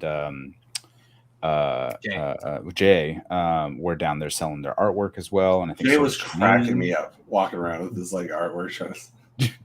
At the very end, especially, he's like, hey, "We can't take it home. Somebody buy it." He's like, "So we'll take this before we leave." There was a lot of people selling stuff, so that I didn't even think about that, like Venmo, like a way to pay people. So I didn't even know that was going to happen. The folks I was staying with, they told me, like I have Ken Knapsack's book in my room, and if I would have known he was going to be there, I would have brought the damn thing. And I love that he got to announce the Star Wars match. Likewise. I was standing. I feel bad for Ben too. 10 feet away from Ben while he was like bringing people up. He was doing like fan matches and stuff, and there was a wheel or something, or he was right in front of the sign. I couldn't hear a word he was saying. I was literally like 8 feet away from him the whole time. So that sucked for him. And it was at a different venue, right? It was at the Portal Theater or something, I think was the last event, if I'm remembering the name of it. Outside of like I'll take food stamps. We'll take EBT. I got my Clover swiper thing. Outside of talking about like the heights and things, which is I think fun, I want to know who's your number one sweetheart of the event. Who did you bump into? Shit. And you're just like, it's not Sean Wingblade. Cannot be. This guy right here. No, I don't want that. But hang on, hold that pose. Hold that pose. And perfect. No, take it all away. Who the sweetheart of sweethearts? I'll tell you who. Anyone who didn't mind me trying to crush their body, because I didn't mean to start doing that, but every time it started with Sean Sullivan, because he was the first one I saw outside Residuals on Thursday night. And I went up and gave him a hug, and I just picked him up. I literally lifted him in the air, like cracked his back. He's a big dude too. Yeah, and he's like, "Whoa, okay." And then I just started doing that to everyone. Actually, no, I take it back. It was Rachel Silvestrini, because I felt her back crack in my arms when I lifted her up. And she there too. And I just apparently I made that my thing to do all weekend, was lift everyone. She gave me a suffocating hug. What is Rachel? This face? Yay! What are you doing? Yeah, shout out to Sean. No, Sean was rad. Damn, who's a sweetheart? Sweethearts? I got it's Fedor, I gave you one of those hugs. You'll get another one. You were I you were warned. I'm pretty sure it happened. I think I remember. Sean may have picked me up. Oh, I did. Dan's one of them. Dan's got to be top 3 sweetheart. Mm-hmm. Nice. Dan. Every time I saw Dan, he was just often just cheesing, looking me dead in the eyes. My mind went towards the people who tolerated me the most. So again, I'll say Sean, Khan, Fedor. I'm glad I got you home on Thursday night. That was a whole ordeal, and people and people thought that was one thing. Stop it! Oh, that was my fault. That was 100% my fault. Because Sean. Well, I was getting texts from people. Are we getting more viewers the later this goes? This is incredible. So, yeah. Well, because so the whole time, mind you, Allison had FOMO because she was texting me. It was like 1 a.m. I talked to Allison. She still texted me. Kelly, shout out to Kelly. Yeah, shout out to Kelly. We were FaceTime with Allison. It was Kelly. But she's in Florida, so she's it's 1 a.m. our time, so it's 4 a.m. She was up the whole time. Mark Ellis. And I have a whole thing about Ellis too. But I will say my top 2 nobody's mentioned yet. She kept saying like, what are you guys doing? What are you guys doing? I'm like, I'm just trying to get Chris home. I just dropped him off with his girl. She goes, his girl. That was like, you. Well, I didn't know who she was. She was a nice person. You guys were chit-chatting, and I had zero idea who she was. I thought she was your girl. So I just said it casually. I wasn't Nobody Chris is with his girl. Like, I wasn't doing that. Allison texted me the next morning. She said, "You went home with the girl." I'm like, "That's one of my best friends from high school. Like, she lives out here." I didn't know. I brought her with me. I thought, because she wanted to come. I'm sorry. It's okay. She wanted to come because she picked us up from LAX and she hung out with us for the day. And we told her, I'm like, "Yo, we're going to this bar later in the night because people are gonna, we're gonna be with a bunch of people." So we invited her. She said, "Yeah." And the both of us dressed up, acting like we're going to the club, and we didn't. We definitely were not at the club, but hole in the wall bar. Yeah, it was just this. It was literally next like a smoke shop and maybe like some type of mom and pop donut shop. I don't remember, but it was very rad. But shout out to Kelly because Kelly FaceTimed Allison, and that's where I got to talk to her. Kelly, Austin, Caddyshack. I FaceTimed you at the airport, and Matt and I could not hear shit, and I think you were pretty. Because I told you, I'm like, yo, I can't hear you. I missed out on everything that was happening Friday night because I had to pick up that asshole from the airport. Where was I at? Where was I? I'm trying to think where I was at. Wherever you saw Roka, because apparently Roka showed up to do karaoke or something. Yeah. But it wasn't that loud in there. I could have stepped out. I was at Disneyland all day, and then I left to go pick up Jesse. But that was my plan the whole time. I didn't realize I didn't know anything was going on. No one knew who was. What are we doing? What's up, Sean? And so that was fun. I didn't get to see while you're thinking. So what I was going to say about Ellis. Yeah, Ellis. Mm-hmm. Ellis made his no matter where he was at every event he was at.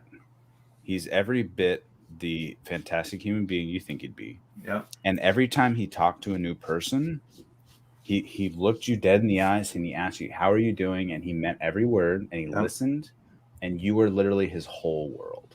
Mm-hmm. Like there was nothing else going on around. And it was just you two in a room talking. And I thought it was fantastic. The way his demeanor could come off that way. Good job, Mark. Appreciate it. He walked up to me and was like, "You look like hot shit." And I was like, see, so I'm not the only one, Jesse. I'm not the only one. I saw him at the Mint because he was another person. Right. And shout out to it was Brandy and Justin. They got those.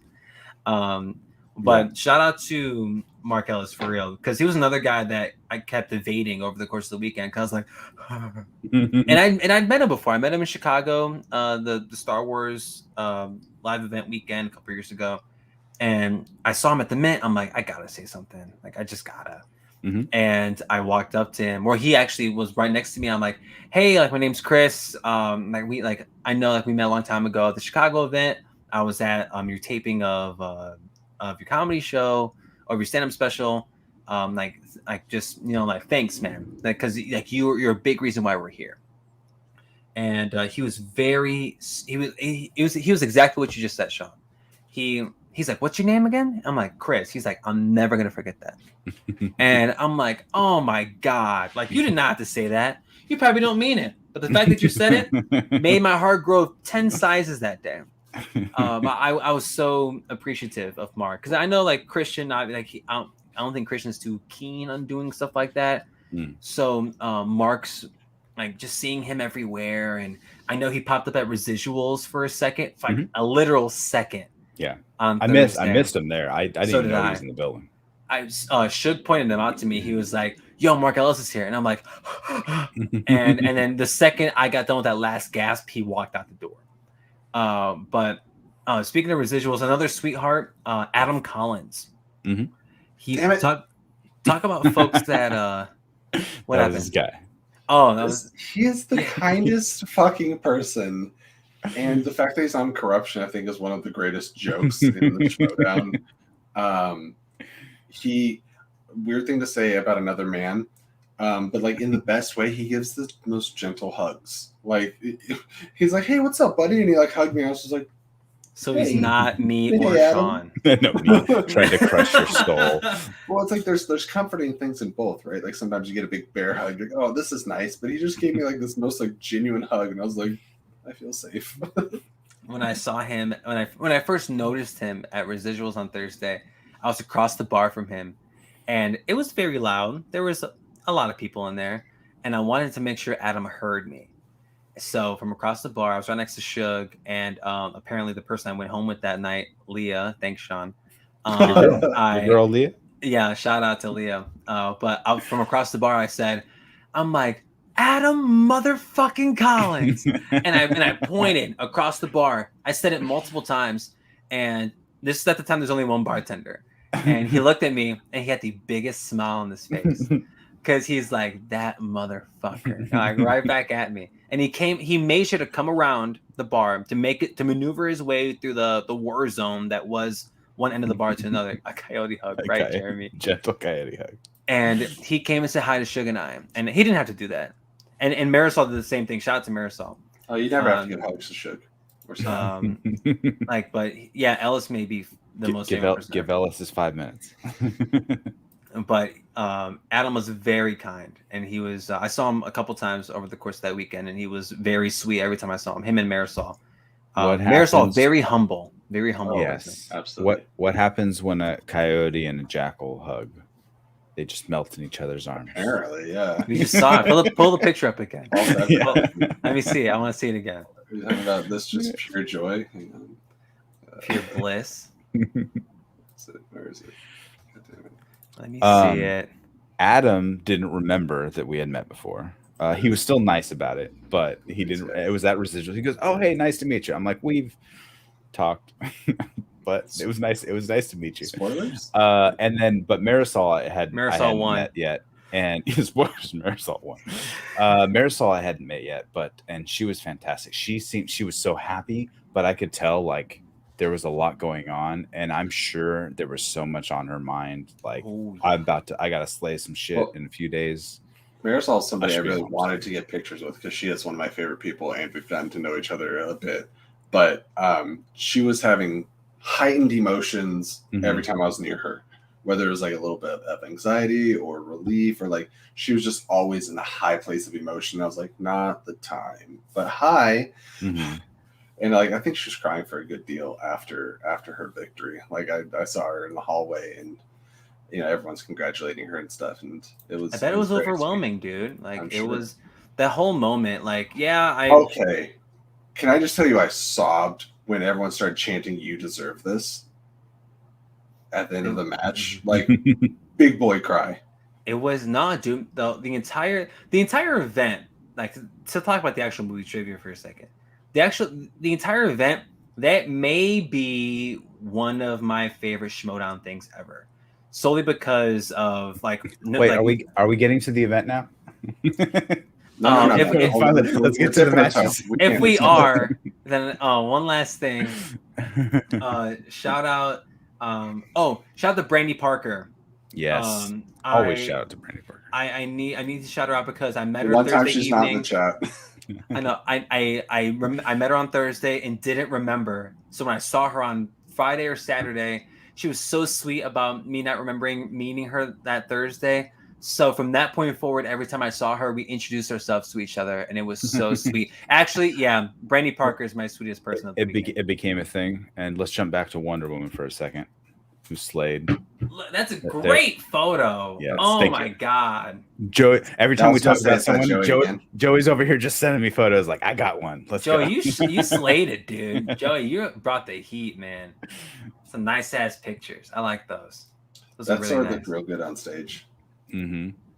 But I was standing at the beer line. I was in the back when the walkouts were about to happen, and I got stuck over there because there was like people like, "Oh no, you can't go." I was like, "All right, cool." And so I saw Shannon like arm in arm, like walking Marisol out to the behind the curtain, Right. and because she had the blindfold on, and I was like, "Oh!" And then the music was hitting. I was like, "All right, this whole it was cool seeing a little bit." It was cool seeing a little bit behind, and then I walked out. Every time I sneeze, once you become a dad, you have to let everyone know you sneeze when you sneeze. So it comes from, and you just got to yell. Yell to everyone. I blew out some upper back muscles and that sneeze. They're all fair game. Just send them to the internet. Yeah, I gotta start watermarking everything. Marisol and Amber are the greatest. Yes, they are. They're so sweet. Everyone was nice. Everyone It's my was sweet. only spectacular so far. Yeah, that too. I second that, Sean. It's funny, but nobody mentioned. Maybe you guys probably already knew at that point. But like when I saw Bador, I was like, I thought you were a small, and you are not a small. I think literally everyone thought that. So everyone, Bador, myself included. Everyone loves you. I had only ever seen you on some of your LGR shows, the Star Wars Twitch show you guys too, were right? doing, or Twitch, yeah. Yeah, But so I've only ever seen her in a chair. Her camera angle is always Right. like from the top looking down. I just didn't know. She walked in next to Pardis, and Pardis Shout out was to pretty much Party. Party was out there partying all the time. He was a good dude. So Love happy. Party. I love it. But Bador was like this tall. Pardis is like this tall, and I was like, "What's up, guys?" They walked into the house. So they showed up at her house. I was like, "Hey." I thought that I had no pictures with Pardis, and the lie detector determined that was a lie. Hey, there he is. Fun fact: I had There's food in my Chris. mouth when that picture was taken. There's Chris using him as a shoulder rest. Which funny enough that you had mentioned that earlier, because that's exactly what Bador was doing to me at the bar on Monday. Okay, it's Party's getting the shoulder rest that time. Okay. Yes. I was a mouthful of food when I took This was a rival night. This was like another 4 sweet hours. boy, Maddie Gunner. Yeah. Dude, it was me and Maddie for like 4 hours, and we were up until 4 a.m. just like I love shooting Maddie. shit. Oh my god. Him and I, we didn't burn the city down like how we thought we were going to. But next time, Maddie, next time. If there's anybody I would burn a city down with, it would be Maddie Gunner. Oh yeah, I think that's why I agreed. I'm like, yeah, fuck it at this point. But do we want to talk about the show, the actual show itself? Yes. Yeah. That's all you see in the background of her image. You don't know. Just dogs. I mean, we could bounce around all over the place. I took this picture halfway through the match just to show how close it was. That was my favorite match of the night, right there. That was your Actually, favorite. that. It's not a bad picture. Is that almost Joey level? No, almost, not close enough. But that was my favorite match of the night. Was Harper DiMolanta, solely because I thought No controversy, for one. that challenge was That challenge. but it it didn't impact anything. Oh, right. Like, But- I mean, it wasn't a super strong challenge, but you have to go for anything. You know? Right, of course. And I know the audio issues. Talk about things that like the misses of this whole weekend of the audio issues at the actual event. And I'm not going to point the finger at anybody, but apparently the competitors had an issue with it. Mhm. But that was my favorite match because I thought, to me, and then I don't want to, yeah, the cute ducks, right? I don't want to disrespect Griffey or Marisol, but to me, this could have main evented, and solely because of the hype behind the two people and how one of them was this highly touted Star Wars rookie that was the first Star Wars player taken in the draft. Yeah, it was like first of the draft versus like almost the last of the draft. Yeah. And this story told itself. And Harper on our last Show Me the Reel that we did before the show, he said like, yo, Nikki may or may not have had the opportunity to play me earlier in the season, and she may or may not have declined. So it was a whole thing. There's a whole build up to it. And Thomas beating Andrew for the belt, and now he has to play his significant other. And if I remember it was correctly, so rad. The build up was so fucking good. And the promo by Evan Bushkar, shout out to Gold Leader, so damn good. Yeah, so good. He's a great editor. I think like it was in consideration for being like Nikki's first match was going to be against Harper, and I was like, yeah, I would have said no. Like, are you kidding me? That was the vibe that Thomas gave off. I can neither confirm nor deny. I don't fucking know, but that's the vibe Thomas gave off. And you know what? For whatever reason, however people want to feel about that, she still earned this title shot. Like, damn right. 100%. If anyone wants to like fight that and be like, oh well, she shouldn't have. Nah, bullshit. She earned and I know she had to be of a tournament. She had to be the same level of competitors that Harper did. She had a similar road. And I don't want this to become an extension of the hot button topic of the weekend, but Ross Arsenal was a fucking killer, and if like who knows, right? Winning a tournament is winning a tournament. Exactly. Like Ross was nuts, and if he didn't get the hardest question ever, he probably beats Nikki. He only missed. I think it was one. It was perfect, right? Didn't he miss that? He missed one the 5. Question? Right, yeah, that was it. That was it. The one question. Like Ross, and then having to play Alex Damon in your next, arguably the greatest of all time in Star Wars up to that point, and she beat him. Yeah. And Evan Bushkar, my man, Goal Leader, was in 2 tournament finals in a year. Like it was, I would love to see someone legitimately try to delegitimize Nikki's run this year in Star Wars and try to tell me that she didn't deserve that. And I don't, again, the Dimilantas are why we will never get Star Wars tag or team. Oh, hell yeah. Hell yes. One day we need an exhibition, Damons versus Dimilantas. I'll take that. I'll take a one-time teams match, but never a Star Wars teams division. No, there's not an. That I have my own issues with if Star PJ Wars. Wasn't not enough going movies. News. They need more. They need more content. Bring in the Mandalorian cowards. I'm kidding. Bring in the small screen. Do it.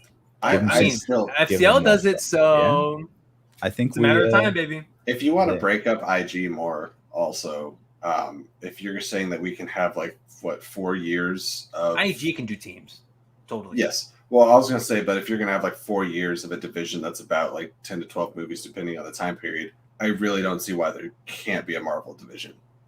And 100%. then IG can be other stuff. Off of last year's list, there's 65 Marvel movies. Yeah. And not to mention this year where there was a bunch more released this year. I'm not saying MCU. It could just be like Marvel. Yeah, 100%. I'd watch this shit. You could even have a comic book division. Like just put like Marvel and DC in like a division, and then have like everything else. Have your Planet of the Apes, have your Swashbuckling, all that stuff. There would still be 200 movies.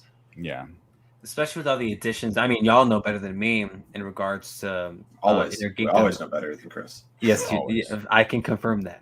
But I would one day. I won't hold my breath into IG. Tags for this year, but Harper mentioned doing cater. Oh, like an Obi-Wan category. That'd be fun. I think that's something they should do. Absolutely. Oh, that'd be rad. I don't remember him saying that. Bador out here being the Ghost Rider for the Schmoedown. Yo, actually, that sounds familiar. I think I may or may not have heard that before.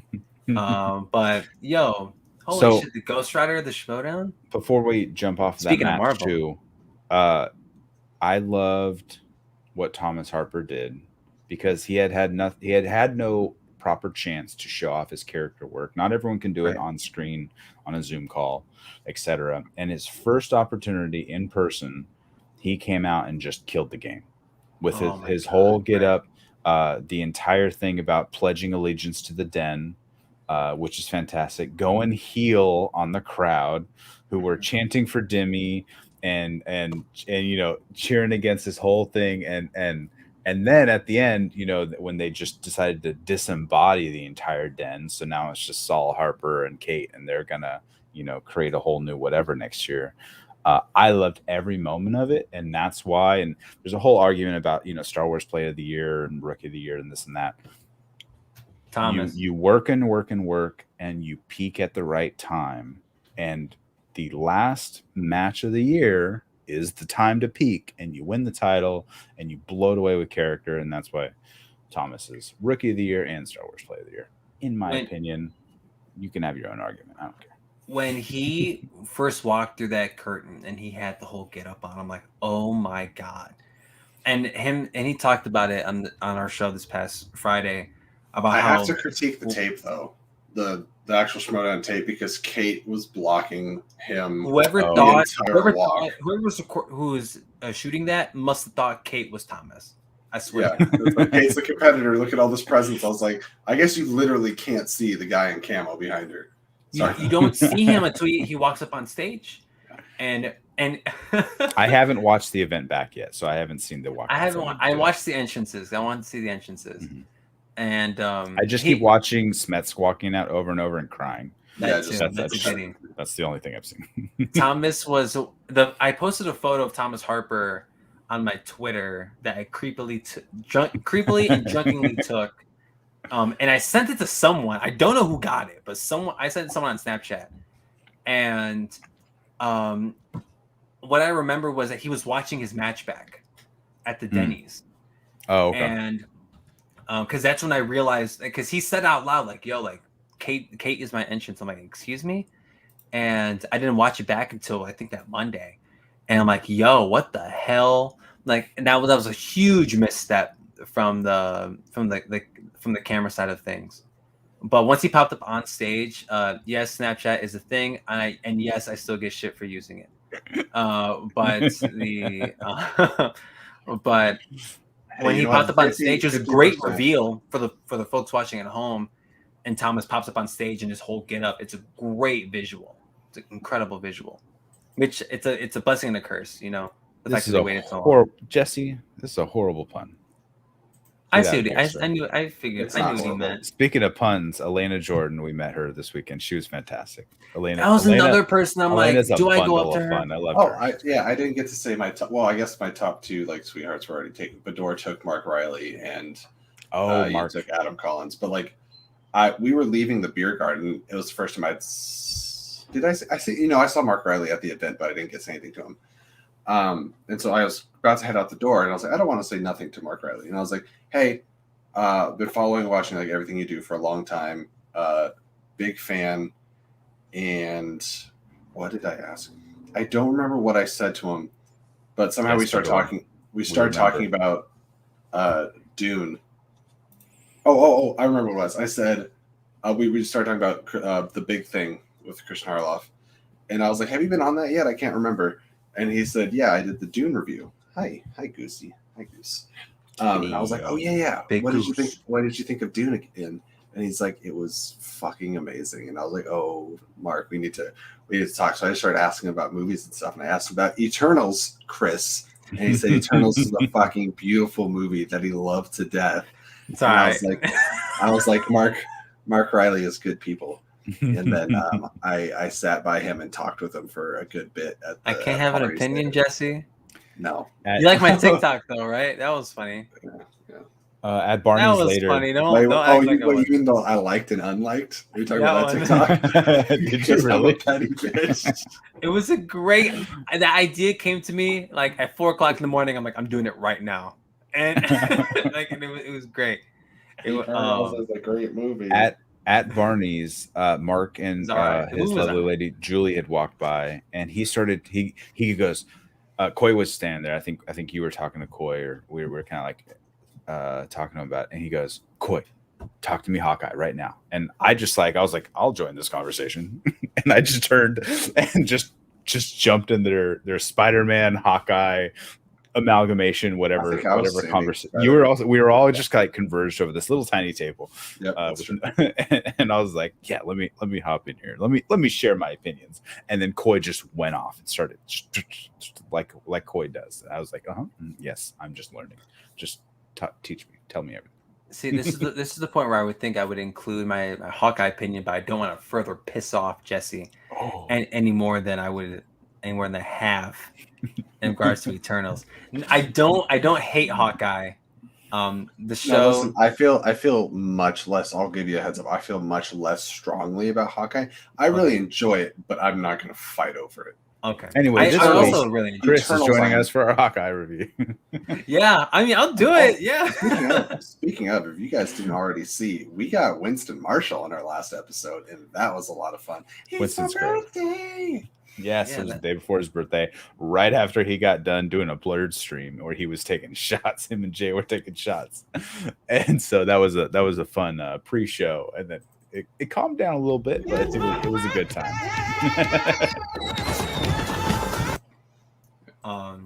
So, and I did see that, and in hindsight, maybe I don't want to be the guest that follows Winston Marshall. But did someone say Trick Arrows? This show's gotten a lot more fun and a lot more emotional. This show's made me maybe a little sweaty from the eyes at some points. A few times. That's what I had said. I was watching the previous episode, not this last one, in the airport because I had gone down on Wednesday to LA. And I cried in the opening when she was talking to her dad. Yes. Echo was talking to her dad about the deaf school. Yes, and he's yes, just yes. like we can't. And I was just like, give her everything she wants. And then later when Clint was talking to his son on the phone and she was, transcribing what he was saying. That's when I realized, like, I'm so wrong about this show. This show's fucking beautiful. I'm watching my iPad in the airport. that may be that's one of my favorite scenes I've seen out of the MCU in a while. Like that struck a chord with me, and like I have no emotional attachment to that besides the fact that I love Clint and Kate so fucking much, and that scene meant fucking oh god, it was so fucking good. So good. That one and the Christmas scene that they had together where Kate was like, "We're gonna do Christmas here." That was fucking awesome. It's the music cues. They did. Lauren Balfe is doing the music, and have the directors. I think Burton Bernie or something. Burton Bernie. Something like that. Yeah. They're doing great with how they're editing it together and everything like that. It's great. And it's only 6 episodes. I didn't know that. I thought it was 8. Yeah. Finale next week. Next week. Yeah. Right. So you're right. Sunday. So we got this episode the same day that The Matrix comes out. So that'll be fun. I think I may be the only person on the internet not excited for The Matrix. John Campia. So you guys can. I don't know who that is. I ignore everything. No, not because I think the trailers look bad. I saw the trailer, the newest trailer for the first time in front of. Can I defend you for a second? It's fucking awesome. It looks cool. Jeez, what is happening here? Must be up too late. I want to Joey, defend Chris what do you for a know? second. What do you know, Joe? I started my Matrix rewatch. I'm almost done with Reloaded right now. I think the trailers look really good, and like for that reason, I'm anticipating it. But if we really want to talk about it, the Wachowskis have done 85 to 90% bad movies, and this is one of the Wachowskis. And I don't want to hear any Speed Racer slander. Not in this house. He's all. I won't say anything. No, Speed Racer fucking rules. People like Speed Racer. Nobody likes Cloud Atlas. Yeah. And I am on Cloud 9 right now talking to you, boo. And nobody likes Jupiter Ascending. Jupiter Ascending is one of the worst movies ever made. So like you can take or leave Speed Racer. I think I started it. I never finished it. I didn't even try. That and Seventh Son. And like I tried to give Monty in the Wachowskis- chat knows what's up. I tried to give them V for Vendetta, but I found out they're producers. Yeah. They didn't direct it. So Who directed with it, that, Jesse? We should know this.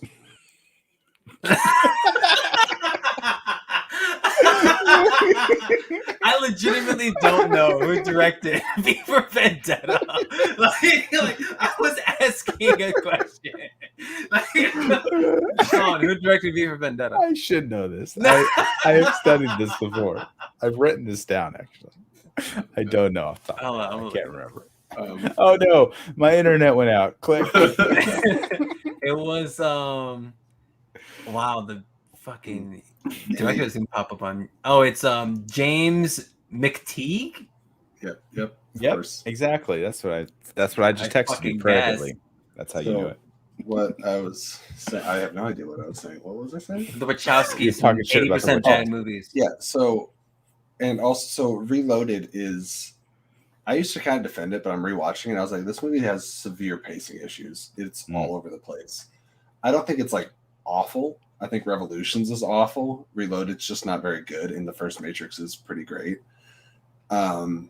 So if you're like, I'm not that jacked for this, you have every logical reason to not be excited for this movie. Mm-hmm. I feel like it's more illogical to be excited. It's like, oh, it's a great trailer. I can't wait for it. It's like, great trailers happen all the time. I think it's more so. I watched The Matrix for the first time, I think 2 years ago, where they first did the IMAX screenings across the country. The rescreening. Mm-hmm. Yeah, and it was on my birthday, and I went to go see it with a buddy of mine from college, and I loved it. I thought The Matrix was fucking incredible, and I finally understood the hype. Mm-hmm. And Bullet Time was just as cool, seeing it for the millionth time, but with context, oh hell yeah, it's rad. But I had never watched the sequels. Trinity, help. And maybe that's why I don't give a shit about this. I shouldn't say I don't give a shit. Why I'm not looking forward to it is because I have no stake in this. Like Spider-Man, oh my god, I'm willing to give my pinkies and ring fingers to see this movie. But like Matrix, I'm not. I see the trailer. I acknowledge it's cool. I'm glad they got Keanu Reeves and what's her nuts? Carrie-Anne Moss. Like I beat you, Sean. I win. And apparently, who directed V for Vendetta? And James McTeague. Thank you. And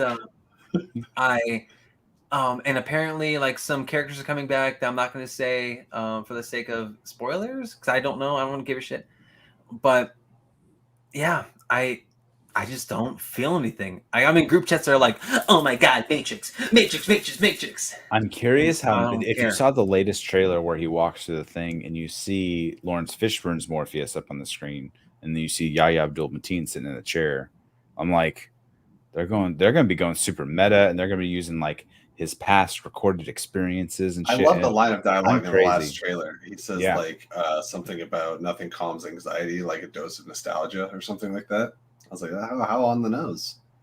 Right. Shit, when he said in one of the trailers, he's like, I still know Kung Fu.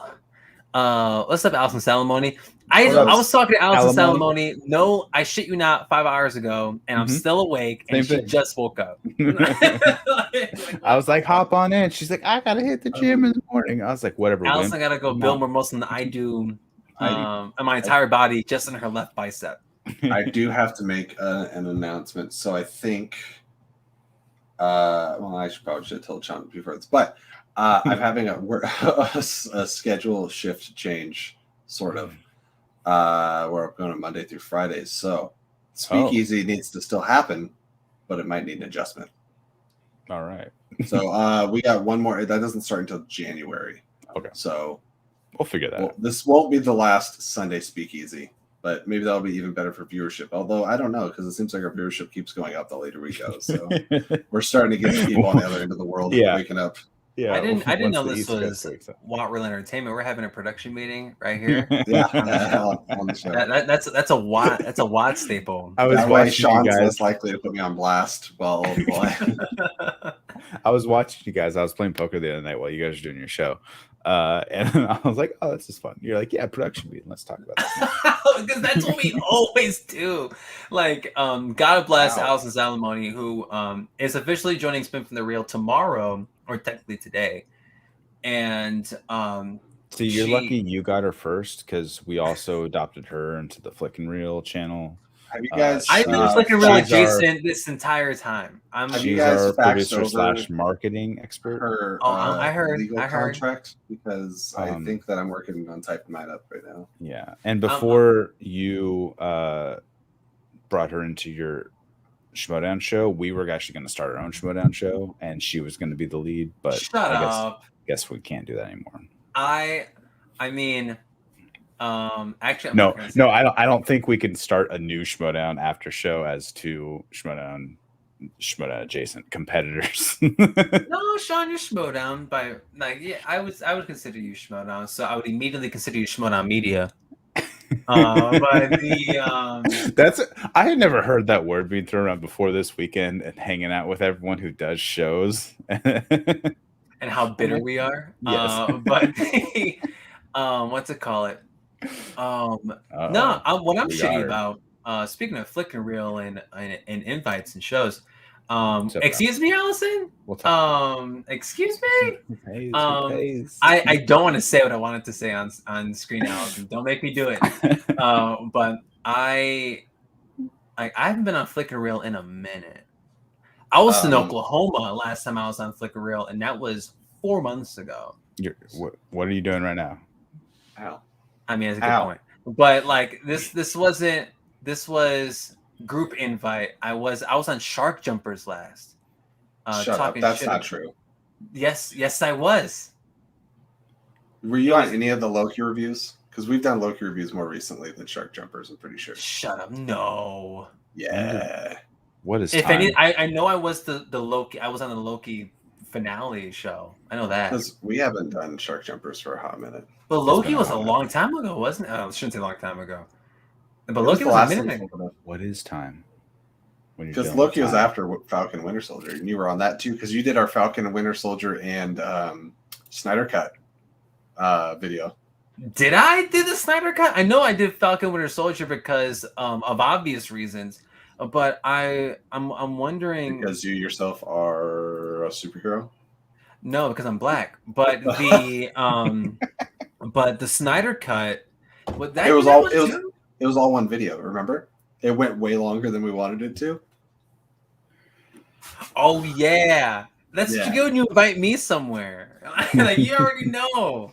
This show's usually like 45 minutes. We've been going for 2. Shut up, Sean.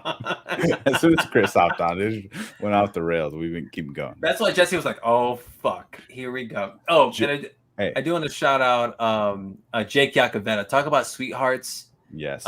Jake was a pleasure to meet in person, and I've told him 1,000 times. But shout out to Jake Yacovetta. Yes, Fedor, I am black. But Jesse, what do you, Jesse and or Sean? He just wants me to cry. He's shown Is this mess entrance. What a promo! I haven't watched the official one. I've only watched like the filmed ones on. I think it was. Quality is superb. I think it's your computer trying to tell you to stop. Big shout out to Chandru. Like he, what a massive undertaking to be the heel against Kevin Smets's return after all this. Mm-hmm. Well, that's a big love to Chandru for all that. That's and just selling everything. Allison's been uninvited to all future. The Snyder Cut was good. It was good, Allison. It's long as hell. It's good. It's good. Granted, I'll never watch it again, but it's good. It's good. Like a phoenix rising from the ashes. That's good stuff. Seeing as Kevin, long as it's not Dark Phoenix, because Dark Phoenix never rose from the ashes. I've yet to see it. Don't spoil it. Just the Dark Phoenix crashed and burned twice. Jesse Swift, who directed V for Vendetta? Something McTeague. John McTeague? James, close. George. Mark, Luke, and John, the gospel, according to James McTeague. Paul Thomas Anderson. That is factually incorrect. Monty, yo, I heard it's bad. I think it's what I want. I may end up doing maybe by the end of this year. I'll do a drunk watch along to that.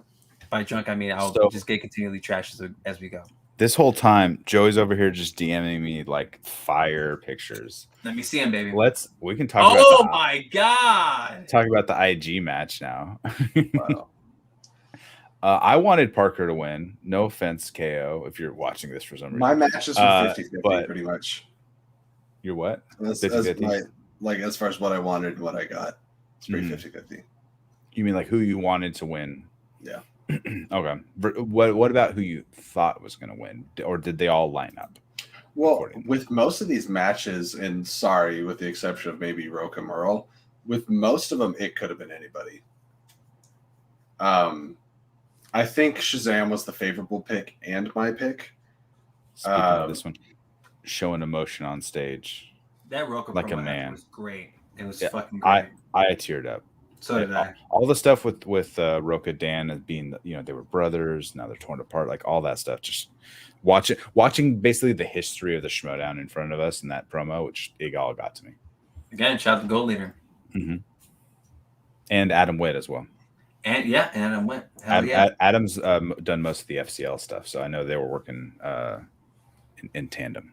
Evan, I don't know if I can say this, but he was working down to like the minute before he got on the plane or to leave to go to the plane. He was working on promos. Yeah. And he crushed it. Like the Star Wars one, the Star Wars one's the one that hit for me the most. But I mean, obviously it was the match I was looking forward to the most. The match I couldn't pick a winner on. Mm-hmm. But this one for IG, I'm a corruption head. I love what they've been doing the last few years.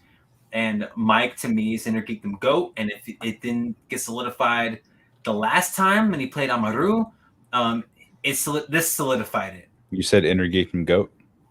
I think he's the IG GOAT and on a Rushmore. When people talk about Rushmore, Kalinowski should be on there. You pronounced Rachel Cushing very strangely, but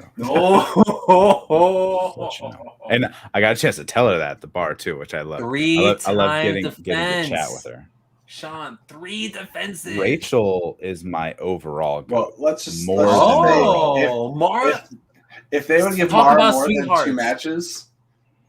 Yeah. Talk about sweethearts. Mara Kanopik was a fucking gem. Mm-hmm. Oh my god. Okay, you know what I should say? And Dan. My only reason for maybe not saying Mara is because I already knew. Like I've already talked to her so often, like the bracket show and outside of it. I was messaging her all day today, and yeah, she's obviously a sweetheart. She also wrote a very nice note to Lauren that I got to take home to her. So. Yeah, Mara and Rachel are exceptional choices, and I can't fault y'all for that. It's just to me, Mike Kalinowski is one of those guys that I would put up there in regards to like John Roca and Andrew Guy in regards to character work in the Schmoedown, and me that outweighed the trivia for a long time, and it still does. And Mike's one of my favorites, and the fact that we got to see him defend the belt thrice with Chandru and with Amaru and now with Robert Parker. Man, Robert Parker name sounds sexy like that.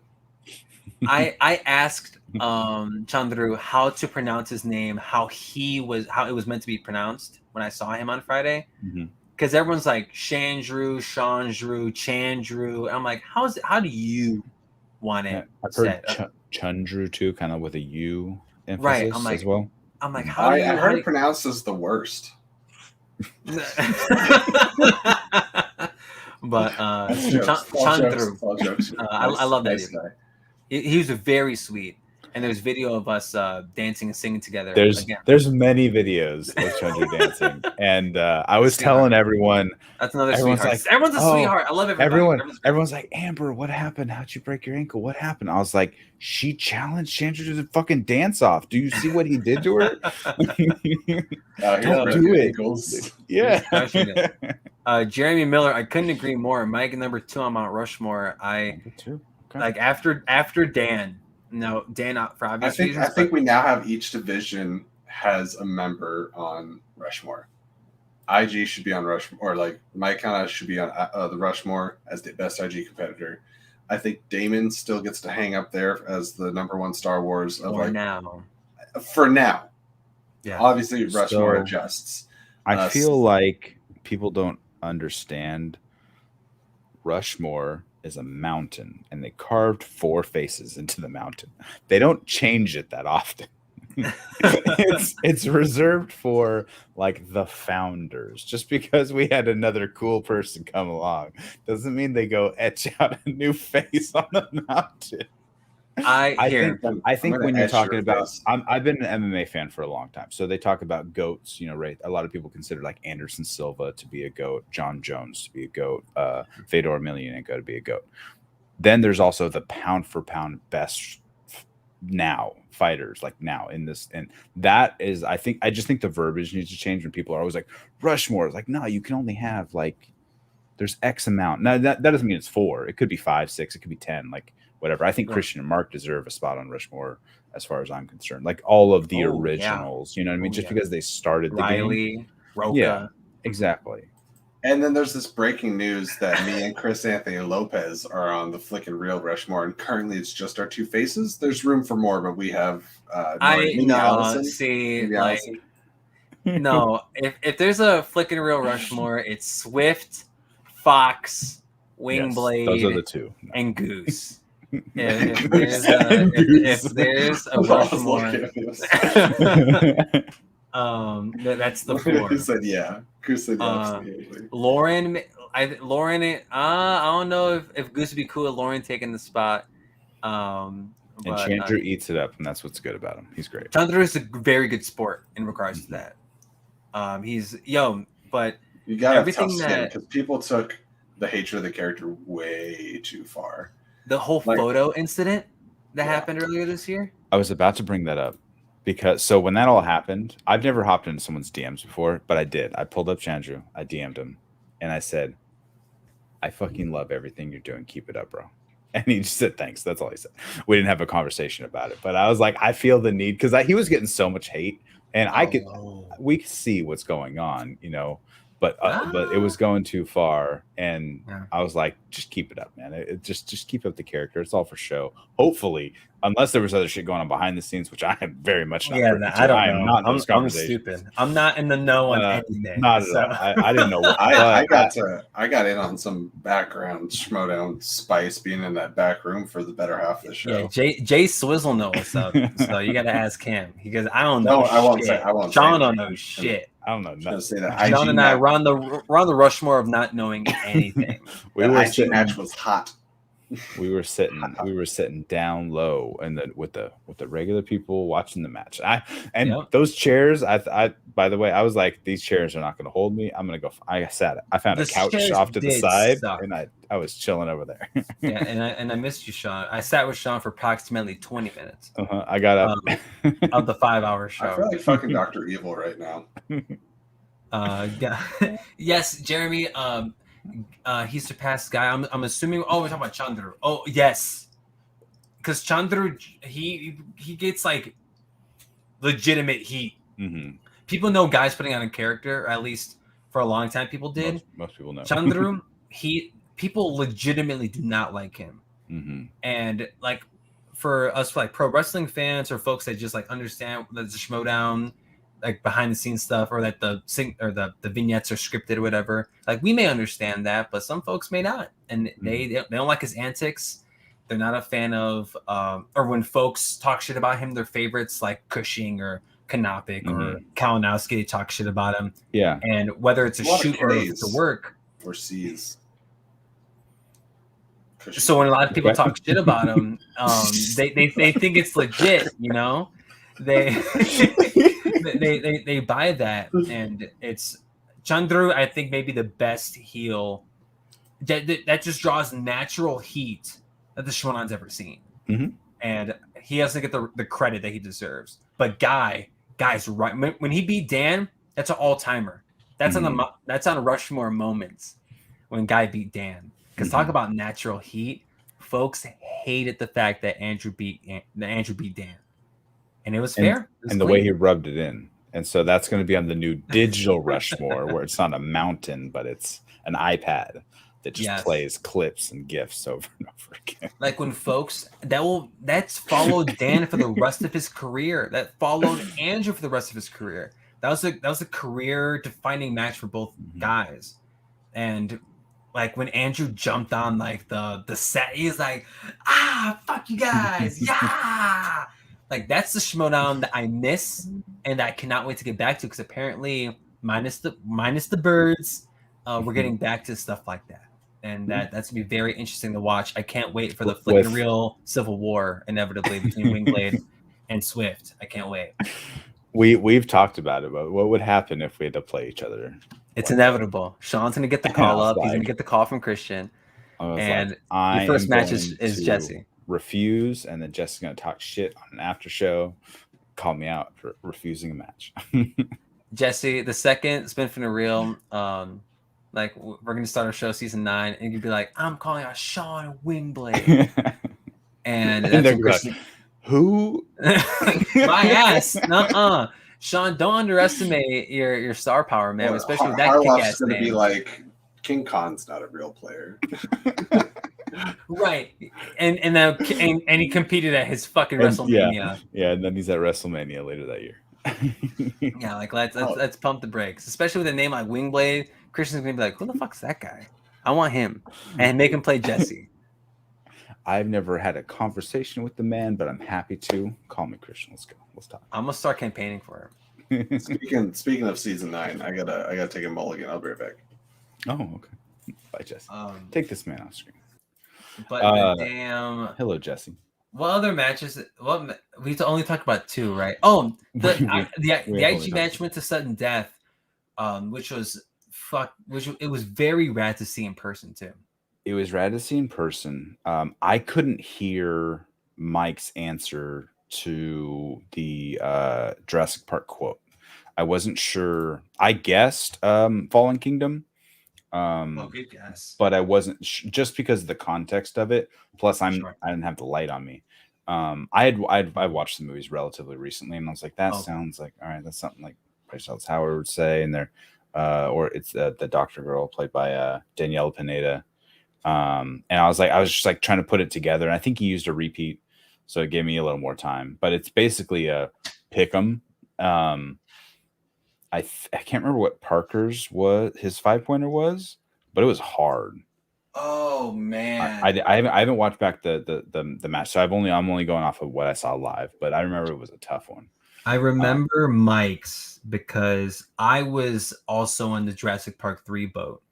I knew it was one of the lesser ones. I'll say that, but my brain didn't go Jurassic World or Jurassic World Fallen Kingdom. I'm like, it has to be Jurassic Park 3, right? And when he said it, I was like, oh. And obviously it wasn't. The belt. Oh shit! The Suicide Squad question. Thank you, Vapion in the chat. Oh yes, oh my god, Sean, did you know that? No, not the exact verbiage. You could have been like it could have been a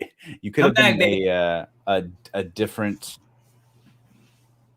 What's happening? Coming back in season 9. Jack was returning. I got official confirmation. I have not been told not to share this. So once again, letting everybody know, coming back in season 9, and we know that we're gonna have smaller rosters. So who knows if I'm gonna be doing face or doing what I was born to do, which is take the league by storm and just really asshole up the place. Jackal heel turn going into season 9. Chris knows this guy. Chris met this guy. The Watt was like the first after show I was on, I do believe, when we were doing pre-draft. Getting the voice out there. Yeah. And somehow, as horrible as I tried to be, I got Koi's eye. We loved you, Jesse. You're a great dude. I got auditions with like 4 or 5 different factions. Koi was not one of them. I got to talk with Swag. I got lots of talk with the Finstock Exchange. I was talking with Shannon. I was talking with Rockstar. We call her Shanny this season. See how she likes that? You heard it here first. Only her friends call her Shanny. You know she doesn't need an IG player. She ain't got to be picking you up. So dude, that is what that's straight what she said. She's like, well, we'll do an audition, but I don't really need an IG player. I'm like, well, fucking waste my time. Yeah, it's like she asked me, she's like, are you trying to do like multiple factions? Are you trying to play in singles? And I was like, no. And she's like, all right, well, we'll bring you on anyways. Why? Damn. That's a no from me, dog. Yo, talking. Are you wearing a life preserver? You waiting for a flood? What's going on over there, bro? Come on, think Back to the Future. My man Jesse Swift before he was a jackal. Back to the past. It was the Swiffer. The Swiffer sweepstakes. Yeah, this. Holy shit, Jesse! I forget. Did you hit us up or did we hit you up? Obviously, I never reached out to anybody and had to put forward any work. Everyone was just immediately attracted to the persona. They're like, yeah, Jesse Swift. That's not a real name. Because we were still fucking brand new. Like, Spin from the Real was on the air weekly for like 4 months. And I was blowing up the Facebook feed, so I'm sure you guys were like, we were the show king of having rookies on. We would do like 5-hour shows on a Monday, and we would just be talking to rookies the entire fucking time. It was not, or potential rookies the entire time. Yeah, right. That's like a late night promo. I think almost everyone we talked to got drafted, unless I forget. We're good pickers. My fire.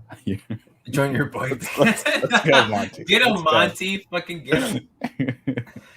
Hey, not gonna lie, I'm gonna do some crazy shit with my hair in the next couple weeks. Get ready for this. Like mine. I go to Spectacular. I go to California and I come back with the existential crisis. So I bleach my tips. How is this person awake right now? Do we bring him on? Give us a thumbs up if you want on here. Oh shit! Do we have a surprise? We have a surprise. But right now, it's just, I see a lot of ceremony. We need a thumbs up. It's totally or ceremony, not. Right? How about we just bring her on? It's ceremony. It has to. Oh no! Oh no! She froze. Oh, I can't see. It's a black screen. She must have bad reception. She's on her phone. It's totally ceremony. Go work out. Go take a couple extra reps for me. So we have this guy, and then, like I said, Joey's still sending heaters. We got Parker just ready to rise to the occasion. The smoke in the background. When the smoke hit too, Brendan was on stage. And I think Christian commented after, like, it almost like blew him off the stage because he was standing right at the top of the stairs, and it was so loud, and all you could hear is the came in hot. Yeah, of a thing. And then this one too, just to contrast with the yellow, you got Smets ready to do work. He got his eyes on Chandra. Okay, hey, I have to bring this up. Thank you for clarifying this, because I honestly, all the way until Spectacular, was so sure that you thought I was a piece of shit. And she was like super sweet. She's just like, "Hi, Jesse." I'm like,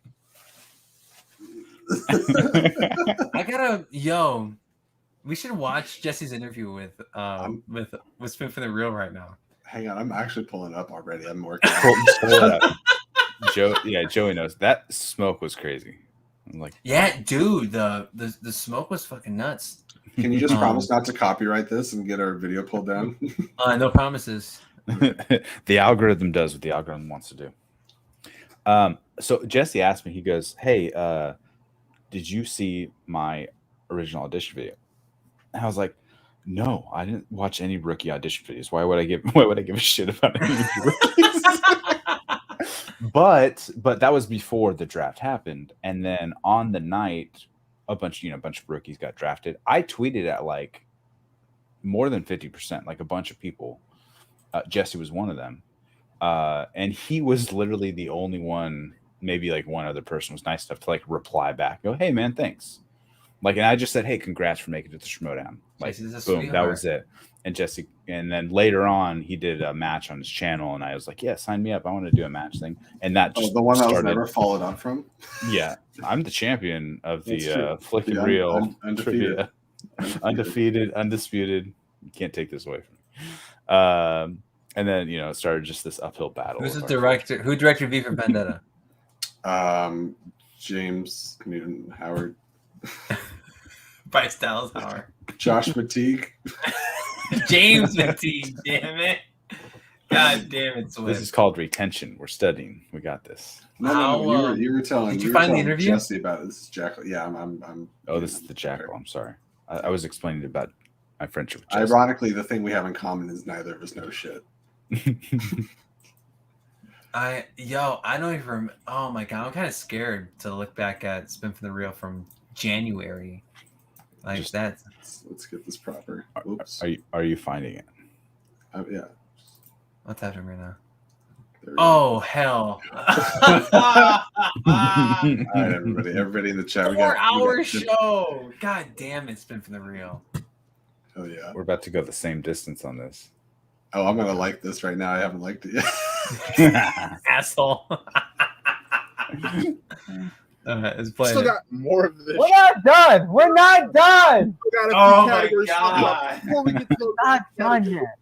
We The have really our trivia last guest Schmoedown. of the night, That was a thing that happened, wasn't and it? that is going I to was be a part of competitor in the inner Were you? Eagle I was yeah, on the he was. bracket, and then I got drafted. That is I got in the FCL. Jesse Swift. How you doing, Jesse? Oh no! Oh, no! Jensen! Guys, Matt, internet Chris, how's it going? Look at the facial hair. First of all, Was this the first time we met, Jesse? I was Yeah, there this for is the first time we met. Hang on, I'm gonna bump this quality down a little bit just so it plays smoother. Jesse Stark Swift. The Iron Man, Jesse Swift. Hey, you can call me the Iron Man. I lasted longer in the free for all than Dan Merle. Oh, that damn right whole you did. thing. Hot day. Yeah. Sorry for. I mean, like for making you wait. Like, but we were.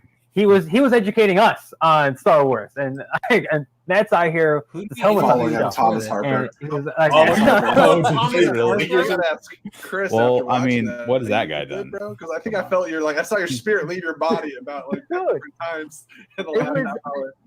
I mean, talking to Zach earlier, like Oh, we talked about it was a nice Is it taste that into what Briquette? we're gonna get with the other Dragon Con player that we're gonna have on Sweetheart, today. Zach We're gonna have Briquette. Marie on next You week. guys remember the so she's green really just gonna background? hit us over the head with all the Yeah. Star Wars stuff. But no, like And then, I'm just but overwhelmed. not actually but changing your background, now, just the green hopefully, background. we can lay Well, off it's the 'cause it Star would Wars work. for a second It because would we got work an on StreamYard. Interdictum player coming. Oh, right. I gotta ask how many people do you think that like their name popped up on the draft with like SW next to it? How many of them are like trying to retract their audition? How many are like, I'm not about this? Like, no. I'm here because I know Tom's Just been going on in quite a hard few on Star shows Wars now, and people. I'm How just long like, is this? Yeah, I would. That's a problem. Skip through some- How long do we have to listen to this asshole talk about talking shit about Star We Wars? talked to Jesse for like half an So hour. what- I think. because I'm wondering how many different writers they have on these questions, right?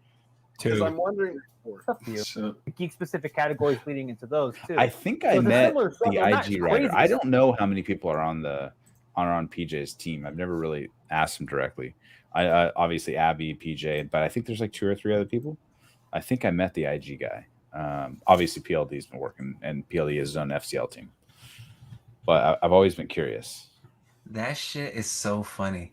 I met Jesse on a stream for the first time, and he was being a dickhead about Star Wars. Granted, at the time, so was I. But yo, that's funny. Oh my god, I don't remember that. you don't remember? I the remember day we crying first met? about how long that show was, and I was on my feet the whole time. That's what I remember crying about. So I think- I was doing the gimmick where I stood up for every show. I'm not a fan. You're pulling the Bibiani. Right. I think I need to take that in. I need to move a little bit. I need to get loose when I'm. You say that I'm now doing stuff. until you're 3 hours deep, and you're like, you know what? That might be my new something or another. I gotta change it up next year. Doing trivia, doing the actual matches. Oh, I standing need up. to be loose. I need to get loose. Yeah, change it. If The it's Oklahoma- only for an hour. It ain't that long. Right. You know, Oklahoma you guys- Chris, he stood up for everything. I was standing up for every goddamn show, stream, trivia, wherever I was doing. Get ready, Bedore. Your moment's coming. Oh, were you guys on Oh, we're stream? doing the LGR one now. The LGR one. I Oh, hope Bedore boy. gave you stink. I hope Bedore gave you stink face the entire time. Just 15 minutes of pure stink eye. So what was This it? is all I can Shug, think of. Justin, Ferris, who interviewed? I mean, we're gonna find out. Here it is. Shug, look at Shug. Bedore's already ready to kick this guy off the stream. Bedore. Oh my god. Good to know more about you. First question is, what Is that got you for an into the hour? Schmoedown? Have you been playing fan leagues, or what got you into the Schmoedown? So initially, what I deemed to be a mistake in not getting involved in the fan leagues, I've now changed my mindset. Bedore's so over this. Co-rookie draftee David Campbell, he made a great point about without or Joey, not have a good having night, tape bud. Or means good morning. that Joey. Great once and photo. if you are drafted, that you are Keep it an up. enigma Don't put the to camera the down. rest of the league. And if the managers want to know what you know, I agree with that one. Bedore, no. please give us a live stream Yeah, of you like consciousness. skateboarding. Let us know exactly how you feel about this man. Skateboarding In is this a sport. moment, It's a sport. let us know what you were It is. thinking. It is a sport. So you said that AMC Why is this trying not interview to hate me. almost Live an Live hour was her long? first introduction to Schmoedown. No wonder she hates me. She's like, you're making me stay up, and nothing you have to You say. spent at 48 this minutes stage. with her. everything you have without any distraction. Yeah. Hey, Yeah, Bedore for should have sure. been like Star us. Wars We is told one of Jesse those- 30 minutes cap. That's One it. of those I'll tell you divisions what. that is very, very. I'll tell you what. I remember a specific thing about this interview, and it's funny. It's that out of all the people that I did interviews with, this stuck out to me. I was telling a story about like growing up or something with. I was like, I grew up with the original like VHS pack of Star Wars, and Bedore's like, well, that's not the original. They were still edits and stuff. And I got into like this brief. I got into this like brief, like 15 You got seconds. out Star Wars to buy with your Bedore. interviewer.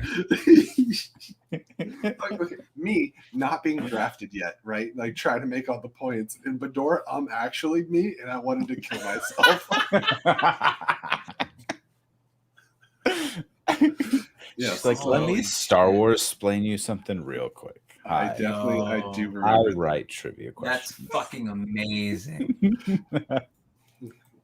She's like, I will crush you when I see you. in Shout out a year." to hey Jesse, you're the 100th view on this, dude. Oh, that's sick. That's so funny. That See if I was said against you, anything or worth- doing a heel turn, or just trying to show. Yeah, their do a heel ego. turn. We'll leave it at that. Cool. Yo, the Swiffer sweeper, bro. Oh Just my back. god, Jesse Swift Swift. sweeps. The Swift jackal sweeps. died with the mercs. Let's bring back the sweeps. That's I try. I wonder if it's on my YouTube. Let me see. Oh, I'm still watching our own show. Did I like a video yet? Yeah, okay, I did. Cool. Hey, what's Just going wanna on, make AB? Yo, it's a Boggs! Oh my god! Is that Boggs Boggs? from Tusa, the Ultimate Schmoedown After Show. What's good? I haven't talked to you in a minute. I'm gonna holla at you, dude. Bedore's whole vibe. She's like, who the fuck was that guy? He'll never be. That fucking dweeb. And Well, he you're gets not drafted wrong. to the geekiest faction in the entire damn Schmoedown. Shout out to Boggs. I love you, Boggs. If We're I haven't told you that 100% recently, I mean it. Holding him against his will. Oh no, I didn't think I'd be here for that long, Boggs. So at this point, yes.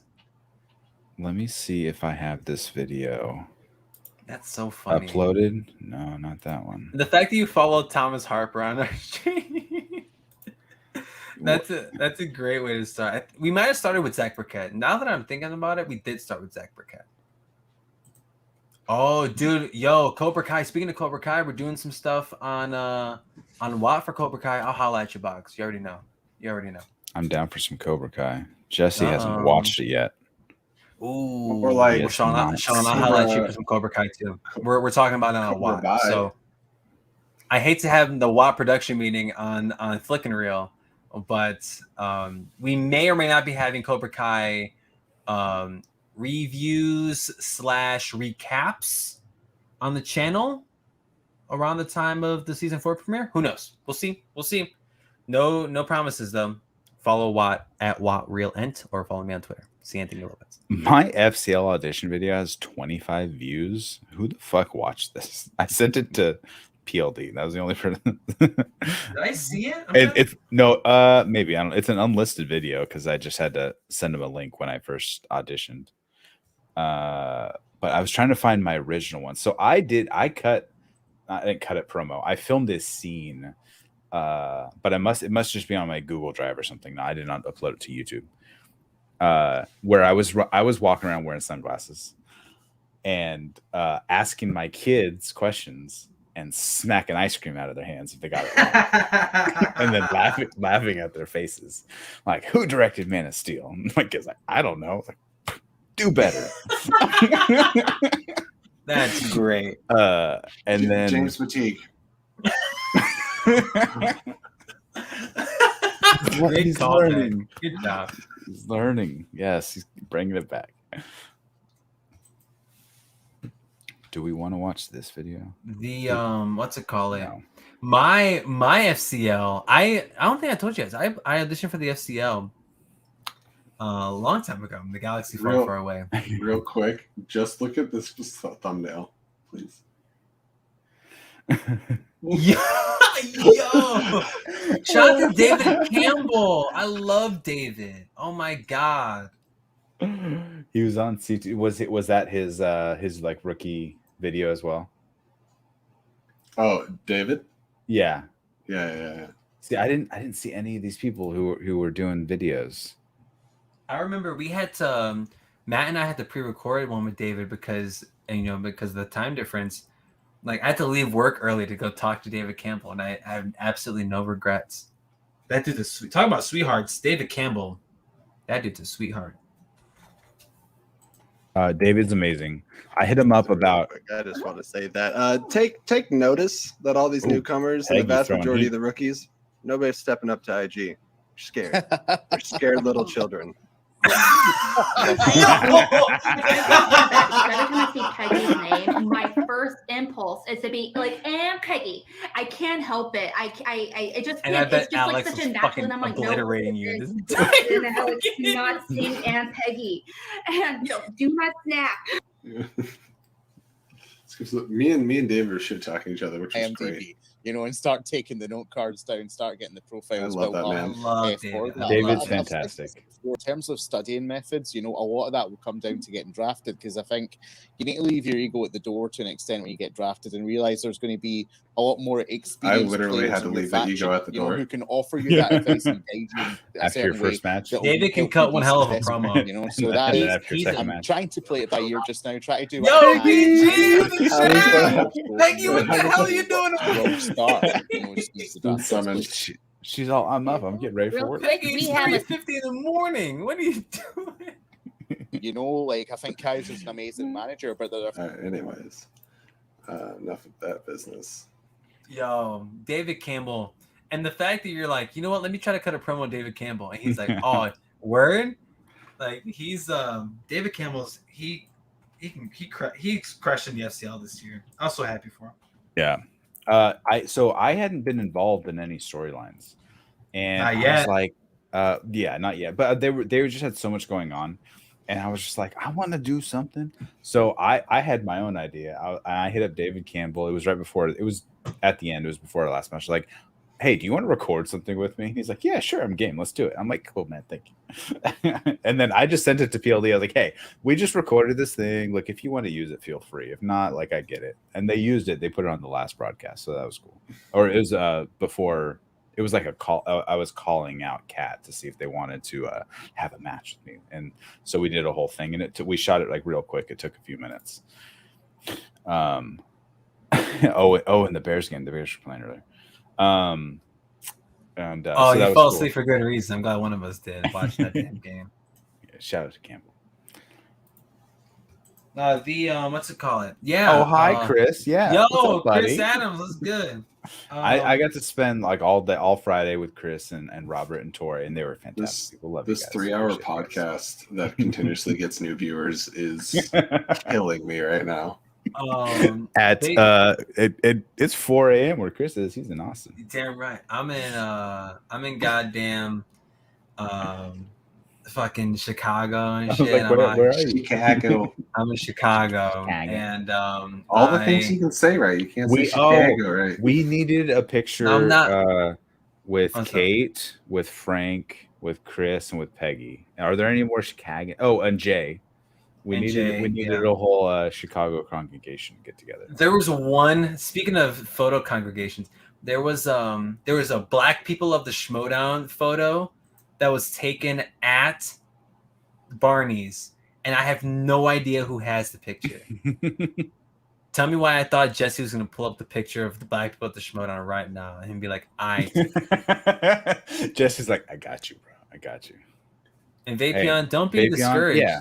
Dude, you never know. Like, just put some shit on camera, have some fun with it. I'm going to show you how bad your film audition can be. Call out, film a show, put on a show for 2 minutes or so. Send it. I forget who I called out. I did a whole promo. Yeah, Laura's from Chicago as well. She was Laura. Who the fuck did I call out in my promo? Because it was already someone in the FCL. It was damn. I'm trying to think. Haybon or something? No, it was I tried to get PLD to let me play. Oh, it was Nick Harley. I did a promo against Nick. I don't think I ever told him this. It was Nick Harley. Well, that would have gone great. It was him or David Campbell. It was someone that I was familiar with and that I talked to, and I did it. And if it makes you feel better, Vapion, I'd never heard back. So whether it was good or if it's bad, you'll never know. It wouldn't hurt to submit something, you know? It never hurts. If there was anyone looking forward to seeing me next year, I'm gonna kill it with fire right here. But hey,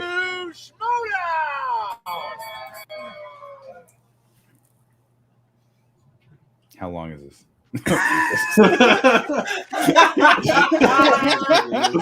My name is Jesse. I'm 27 years old. I'm from Seattle, Washington. Shit rats.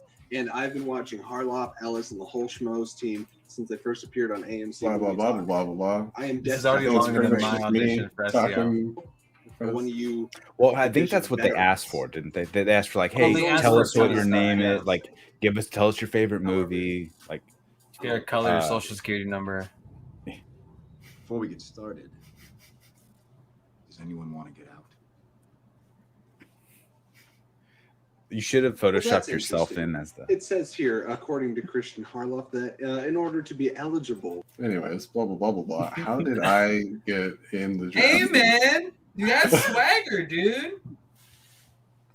I guarantee, because speaking of fucking, I think I might have taped something for Schmoedown too a long time ago, but it was never. I love that I can see me on your laptop in the back. Yeah, I never took you off my TV because I was watching you before I came on here.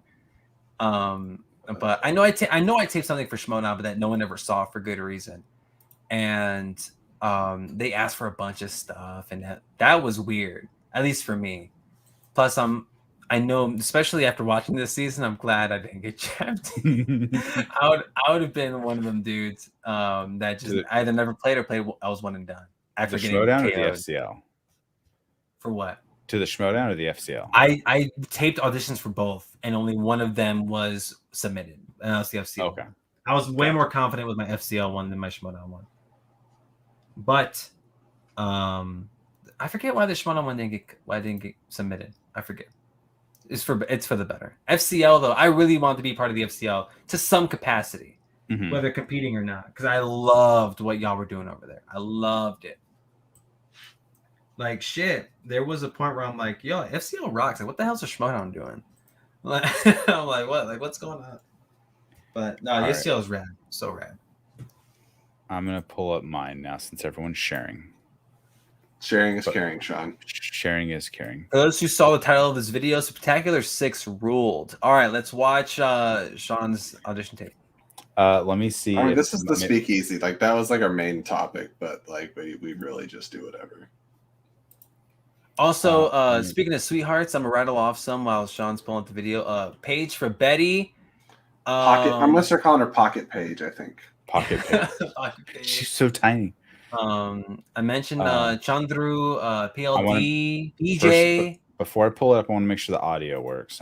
This is a different video.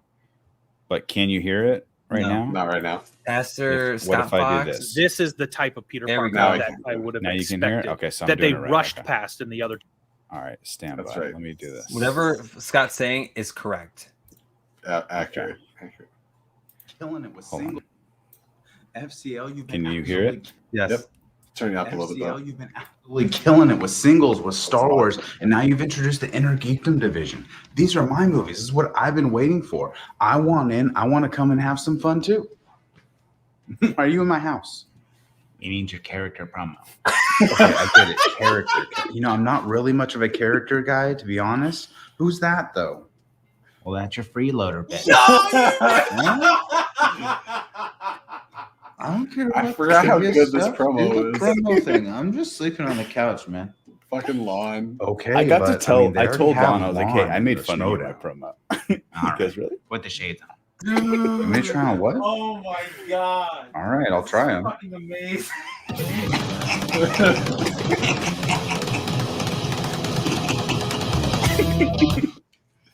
I mean, that's a lot. That's a little much, I think. Aren't there enough people with sunglasses on already? Why is everyone wearing sunglasses indoors anyway? Does it even help with the trivia? Way funnier at 2 a.m. Absolutely. All right, look, can I just come in and have some fun? Just be myself? We've never tried that one. He's forgotten something. That is correct. Blade. Chris, the best Chris Hemsworth. Ooh, hot take and possibly correct. Mephistopheles. That is more correct. And your winner is Sean the Wingblade. Yeah, Giacchino and Sean. I love Buck's reaction. That's a good answer, Buck. Michael Giacchino. Ooh, and with that, we have a winner. Just throws the board down. And your winner. Yes, we There lost. is I'm the so sorry. fire. The answer was Yo. That was a great POD fucking impression, dude. That was fucking awesome. Oh, you're still here.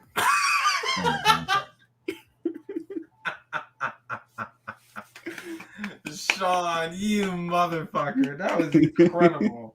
In my slight defense, Sean's came out like 5 months later.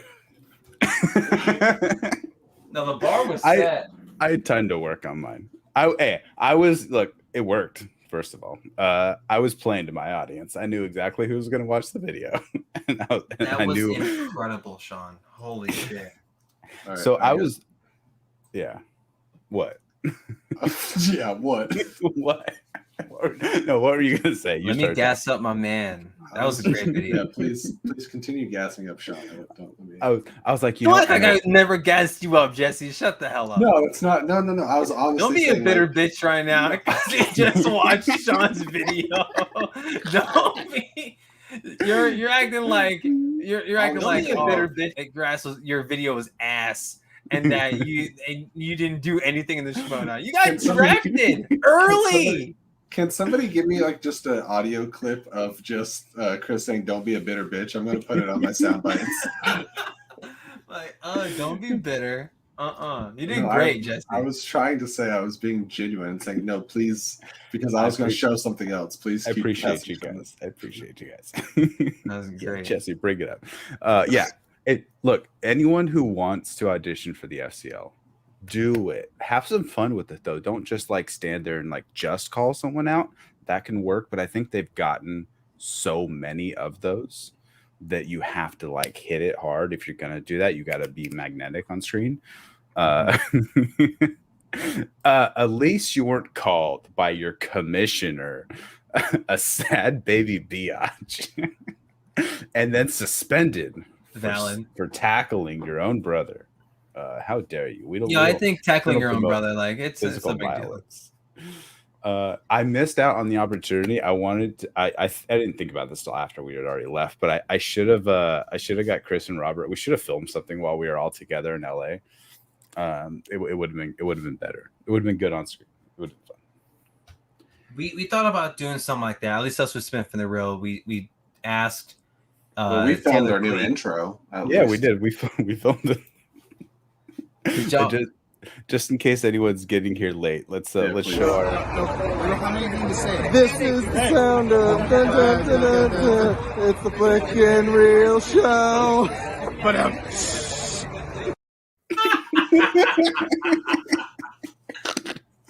Play it again. Play it again. Play it again.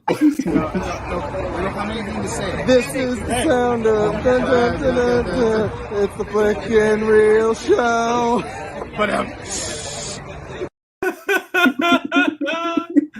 That's incredible. Look, One more time.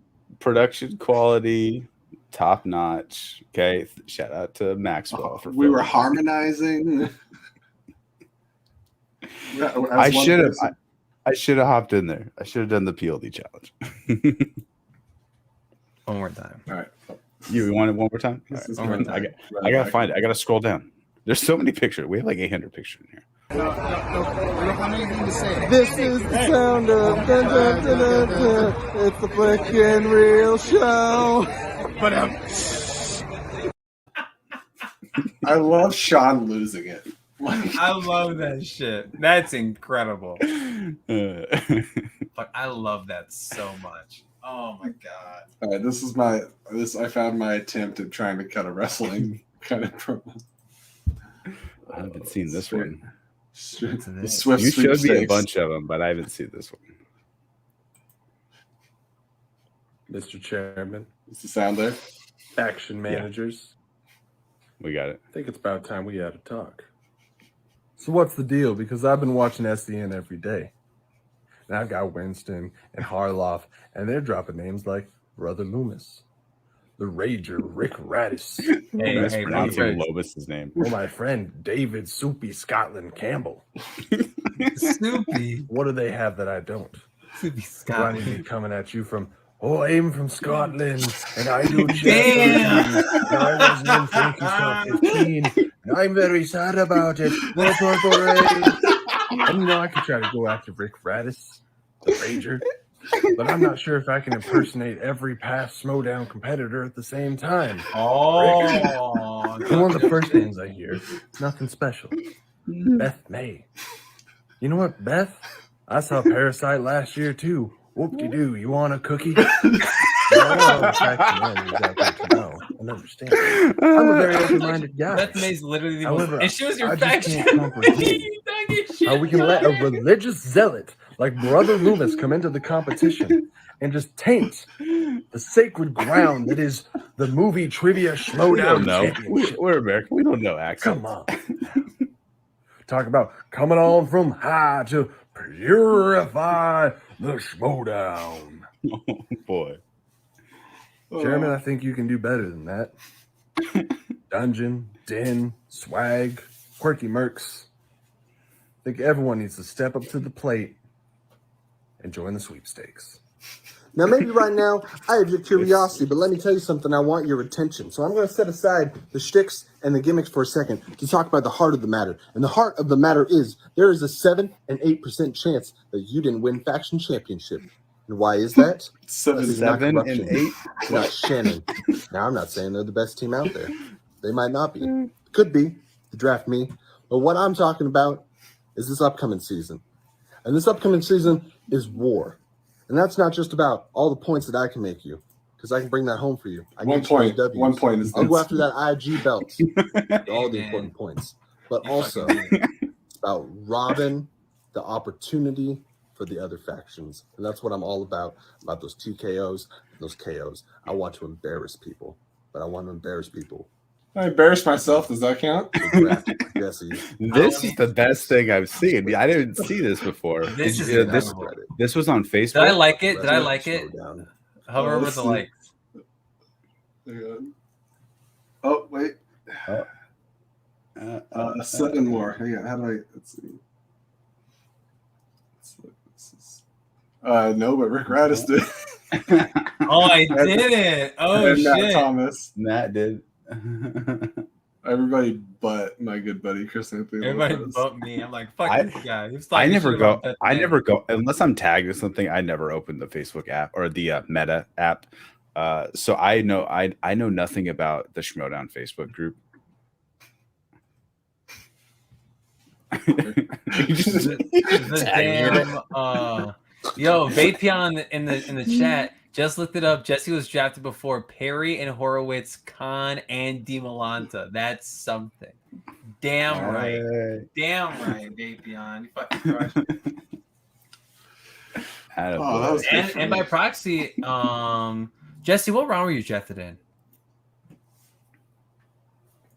You were drafted before a lot of the folks you mentioned in that promo, so you're on the zone. Hey, the promo. Fucking Lomas and Rager. I got tagged on something on Facebook. Oh, word. Take a minute. Take however long. Angry emoji. Here, Sean, tag me. No, like a crying emoji. Sean, tag me in it. Where are you at? Where are you at? There you are. Fucking. Back when me and Jacob went to Ben were just cutting a bunch of shit against each other. Were you really? Were you going back and forth? Yeah. Oh, I never saw a bunch of that. Was one of Jacob's? Oh, Vapion on the chat. Round 3, pick 21. And I popped. He might. I remember you that. mean Loomis? Because apparently everyone, including his own manager, mispronounces his name. January 13th. I can't believe this. That's hilarious. It's 4:00 in the morning. Holy shit.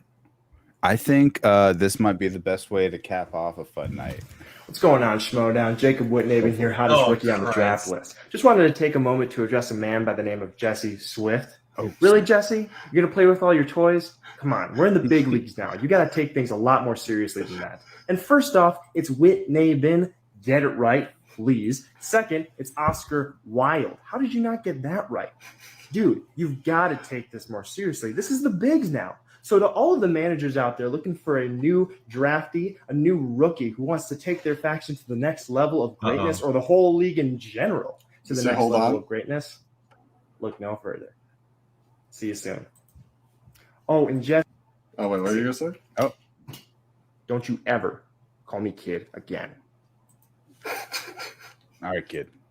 Calm down, kid. That may or may not have aged like milk.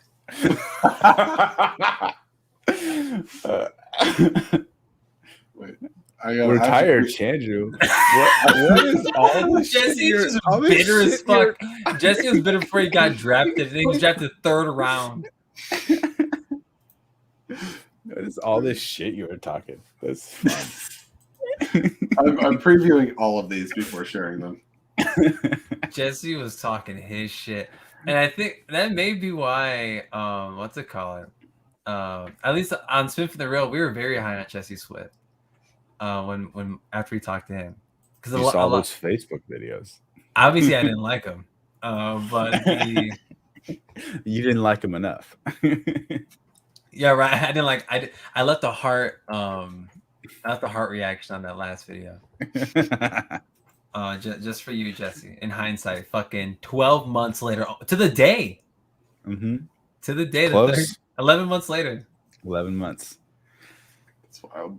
Works like Shazam and 2 Star Wars players before Jesse. 2 Star Wars. Oh, DiMolanta. And Whiteley. Oh, right. Mm-hmm. Give me a second. I'm scrolling to see if I got any other beautiful gems before we wrap on this. Any final thoughts on Spectacular 6? What's that? Let me go back to the pictures. We had so many pictures. I'm gonna do a quick. A lot of great picks were taken. I named mine. Jesse didn't name his. He had just a ton of crazy. There you guys waiting for 45 minutes for me to get through the pickup line at LAX. And then I hate all pictures of me just slouched over in a chair. Food in my mouth. Coy, there's Coy. The Deacons were super sweet too. Fucking Kaiser. So fun story about Kaiser. So the Wednesday night we got there, we went and met up Rachel. We picked up Rachel. We drove down to meet Kaiser. I've never met Kaiser. I was on a stream with him the week before, but he was blackout drunk. He doesn't remember me being there. And I know that because he gives everyone a hug. First Rachel, because of course he knows Rachel. He says, "What's up to Jeff?" He's been talking to Jeff forever. PLD, everybody. He comes up to me. He gives me the bro hug handshake. Bring it in. He brings me into it. He says right into my ear. He goes, "Who the fuck are you?"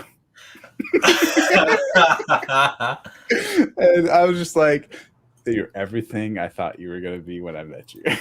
Fucking Kaiser. Kaiser was a part of that infamous Denny's trip that was taken after Spectacular that evening, and I can guarantee that Kaiser did not know who I was. I sat next to him at the fucking Denny's. I was on stream with him like a week prior, and then the next day at the Mint, I saw him again. I'm like, "Hey, brother, like, you all right? You good?" And I bet he did not know who I was, even after the night before. Go.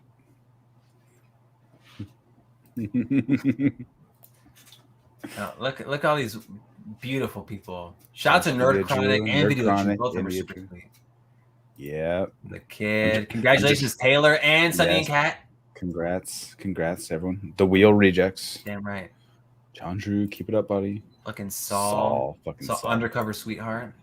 Saul did not want to deal with my bullshit. I was drunk at the Mint, and he was outside on an iPad trying to hail a cab or trying to get an Uber, trying to download the app or something, and he couldn't off of whatever Wi-Fi or something he was on. Right.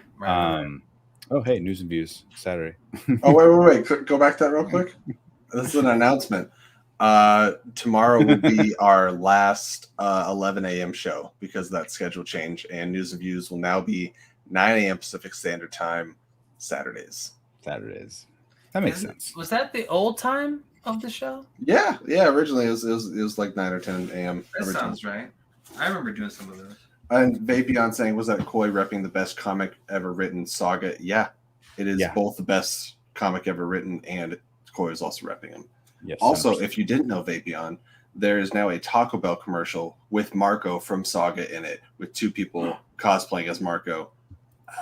I sent it to Koi, and it's my shower hair. Man, Natty. The Deemies. Those were all Jesse's picks, not mine. I won a Bateman from afar. And there's Joey over there taking pictures. Adam Witt, the movie guys, Witt and I'm brain farting. What's his name? Preston. Paul. They were killing it at the Mint. Yes, they were. In between everything. I know that guy. Christian, what up, Christian? I'm just trying down all of it. Picture. I had to get two. I didn't know how long I was going to be in line. That's incredible. I stood in line long enough for that thing to get my churros. The Falcon. Fish bar. Everyone's chilling. Door again. Paulina. Shout out to Paulina, another sweetheart. Yeah. Paulina was great. Here's me and Jake getting drunk on the couch. Shout out to Jake. With $10 Modelo's.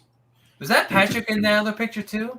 Yeah, Patrick was there. Shout out to Patrick Gibson. That's sweetheart. Patrick was cool. I loved meeting Patrick. He was a cool dude. I don't know why Sonny was covering his mouth in this picture. He was just amazed by something. There's the score.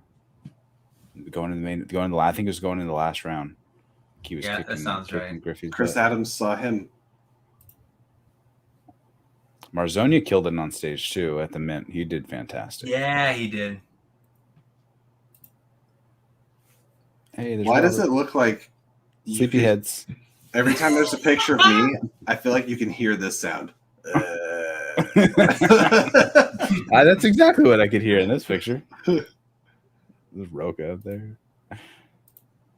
Hey, I fell in love. I fell in love last weekend, obviously, by this picture. Shout out to Bador. Piggy Smalls. Fucking quiz, dude. Jeff was telling a very animated story. As he always is. I don't know where this picture. I didn't upload this one. Was that you, Jesse? Yeah. That's a great photo.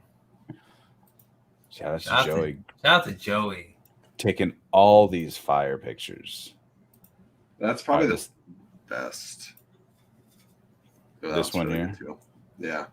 All of these ones, just fucking killer. That mic picture is fucking insane. Just killing it. With the lighting, the smoke, everything. There's another one of Smets in the. It's the one they were using on I think a bunch of the advertisements with Smets, and then it's a Smash in the background, and it's a 16:9 though. It's wide angle. That's so cool. Killing it.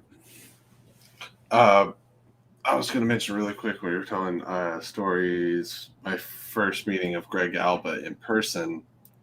It was in that middle room, like where the expo was. I think it was when the expo was still going on. It's like as we were walking out, and I saw him talking to, I think he was over by Steph Sabra and stuff. I don't know I don't remember exactly.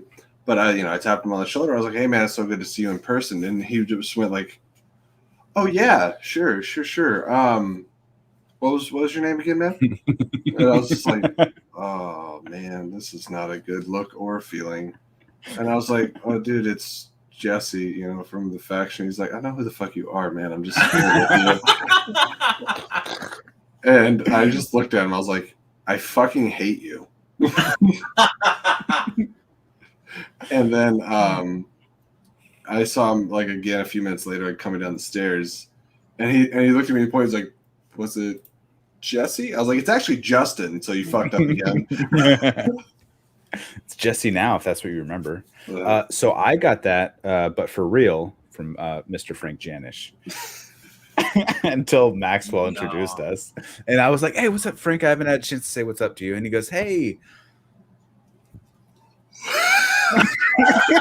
That's the worst, ain't it? That's the worst. And I could see his wheels were turning, but he was like, and he goes, "I'm sorry." He actually said, he goes, "I'm sorry, I recognize you. I can't pull a name." And Maxwell's like, "He's the inner geekdom champ of the FCL and Wingblade." And then he's like, "Oh, Sean." And then he knew my name, but he totally fucking blanked. He's just like, nah, this is not gonna happen. Craig did though. Craig, I met Craig. I was like, "Hey man, same thing." I was like, "I haven't had to say hi to you." He goes, "I know who you are, Sean. I've seen all your matches. I'm watching." I'm like, "Okay, what's up, brother?" I agree. Guys, I thought the reason I went full heel on like all those takes and stuff is the first person to reach out to me was Craig, and would message me. I got a call, like it was all in Finstock. Like you were in the dossier. I'm pretty sure. Like I was. There were notes. Sean, where in the dossier? We had no idea. I don't know. I didn't read it. I wasn't going to pay $20. I have one. But the price kept going up all weekend. The price I couldn't. Taylor Robinson during King Arthur Century, she just handed me one. On the down low for the like other 8 people that are watching,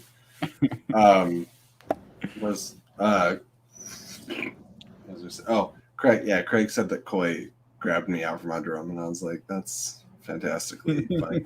And I tagged Coy on a post on Facebook, and I was like, "For anybody that hasn't talked to me yet, still open looking at factions." And Coy's like, "We're just gonna draft Black Ops style," and turns out that's exactly what he did. It's just worked out for the most part. Yeah. What's up? Mercs did pretty good this year. I'm out here. Not thanks to you. Changing minds and breaking hearts. You got to root for the exchange. What? Fax it to me. I know it'll take a long time. It'll be a lot of paper. Hundreds of pages. I need it in fax in text form. What's a dossier? Jeremy, get some sleep. I think we'll wrap it up here soon. So yeah, definitely. thank you for hanging out, bud. You've been commenting all night. Appreciate it. Easiest 3 hours of my life. I can't believe I'm still here. You're I gotta 2 hours ahead, 3 hours. I gotta sleep on the couch because I can't risk waking up Lauren when she works in a few hours. Someone should do promo on me for thinking that it deserves this because it does. It 100% does. Yeah, Man of Steel is incredibly underrated. Can you force an unsubscribe? Like, can I unsubscribe Vapion from us? wrong crowd. Explain yourself, sir. You're talking to 3 folks who love Man of Steel. Can I say can I speak for all of us and say we love Man of Steel? I think. Can I say Chris, Superman, as much dude, he's right here. Chris, as much as I know you enjoy that movie, I think you probably like it the least of the 3 of us. Chris, have a good night or a morning, and because we're about to leave too. Be good, Chris Adams. Be good, brother. For now, You heard No, it. I'm not alive, Malcolm. I'm not. I'm hoping for the heel turn, and then we're gonna change the name of the show to Flicking Heel. Flicking Heel. I like that. I'm gonna get Jake Berlin to change all our graphics. Yeah, shout out For a letter. to Malcolm. Man, still, there's a sequel. I'll buy him a whiskey. He'll be good. We'll do it. All right, guys. Well, are we ready? From me to everyone else, thank you so much for joining us in this chaos. And usually our shows are like an hour, so the fact that this is like 3:20 is something special. Radio bed. This was fun. We definitely weren't planning on going this long, but Chris threw our plans out the window. I'm sorry. He got on here with a bundle of energy. We're fuck blame PLT. It's blame Cal. Yeah. Guilty as charged. And the thing, everyone go to bed. Why are we here? Oh, it's like 2 p.m. Holy shit. I am also still in LA time, to be honest. 11:30 in New Zealand. Me too. Same. Oh, I fucking bet, Sean. I fucking bet both of y'all motherfuckers. But if you want to catch Chris, where can we find you on Twitter, buddy? Find me on Twitter at the letter C, Anthony Lopez. I share all the things that I do on Twitter. Canthony Lopez. Anthony Lopez. Sabrina likes to say. That was so embarrassing. Canthony Lopez. It's Chris. How do you not know my first name? Oh my god! Don't even bring it up again. I'm just gonna start losing my goddamn mind. Thank you guys for indulging in my bullshit, and I'll be back for another. That was the worst. Never do that again. and for Jesse and I, you can find us up above our heads. It's been there all night. You know where to find us. Hit that outro. Thank you, everyone. Have a good night, morning, whatever day of the week. Get it? Day of the week? Yeah, that's what I meant to say. Son.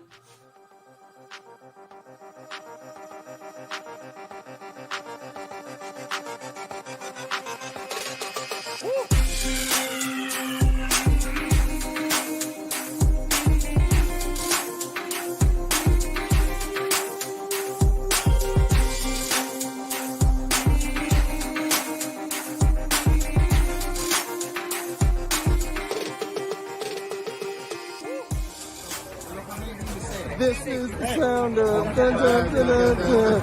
It's the freaking real show.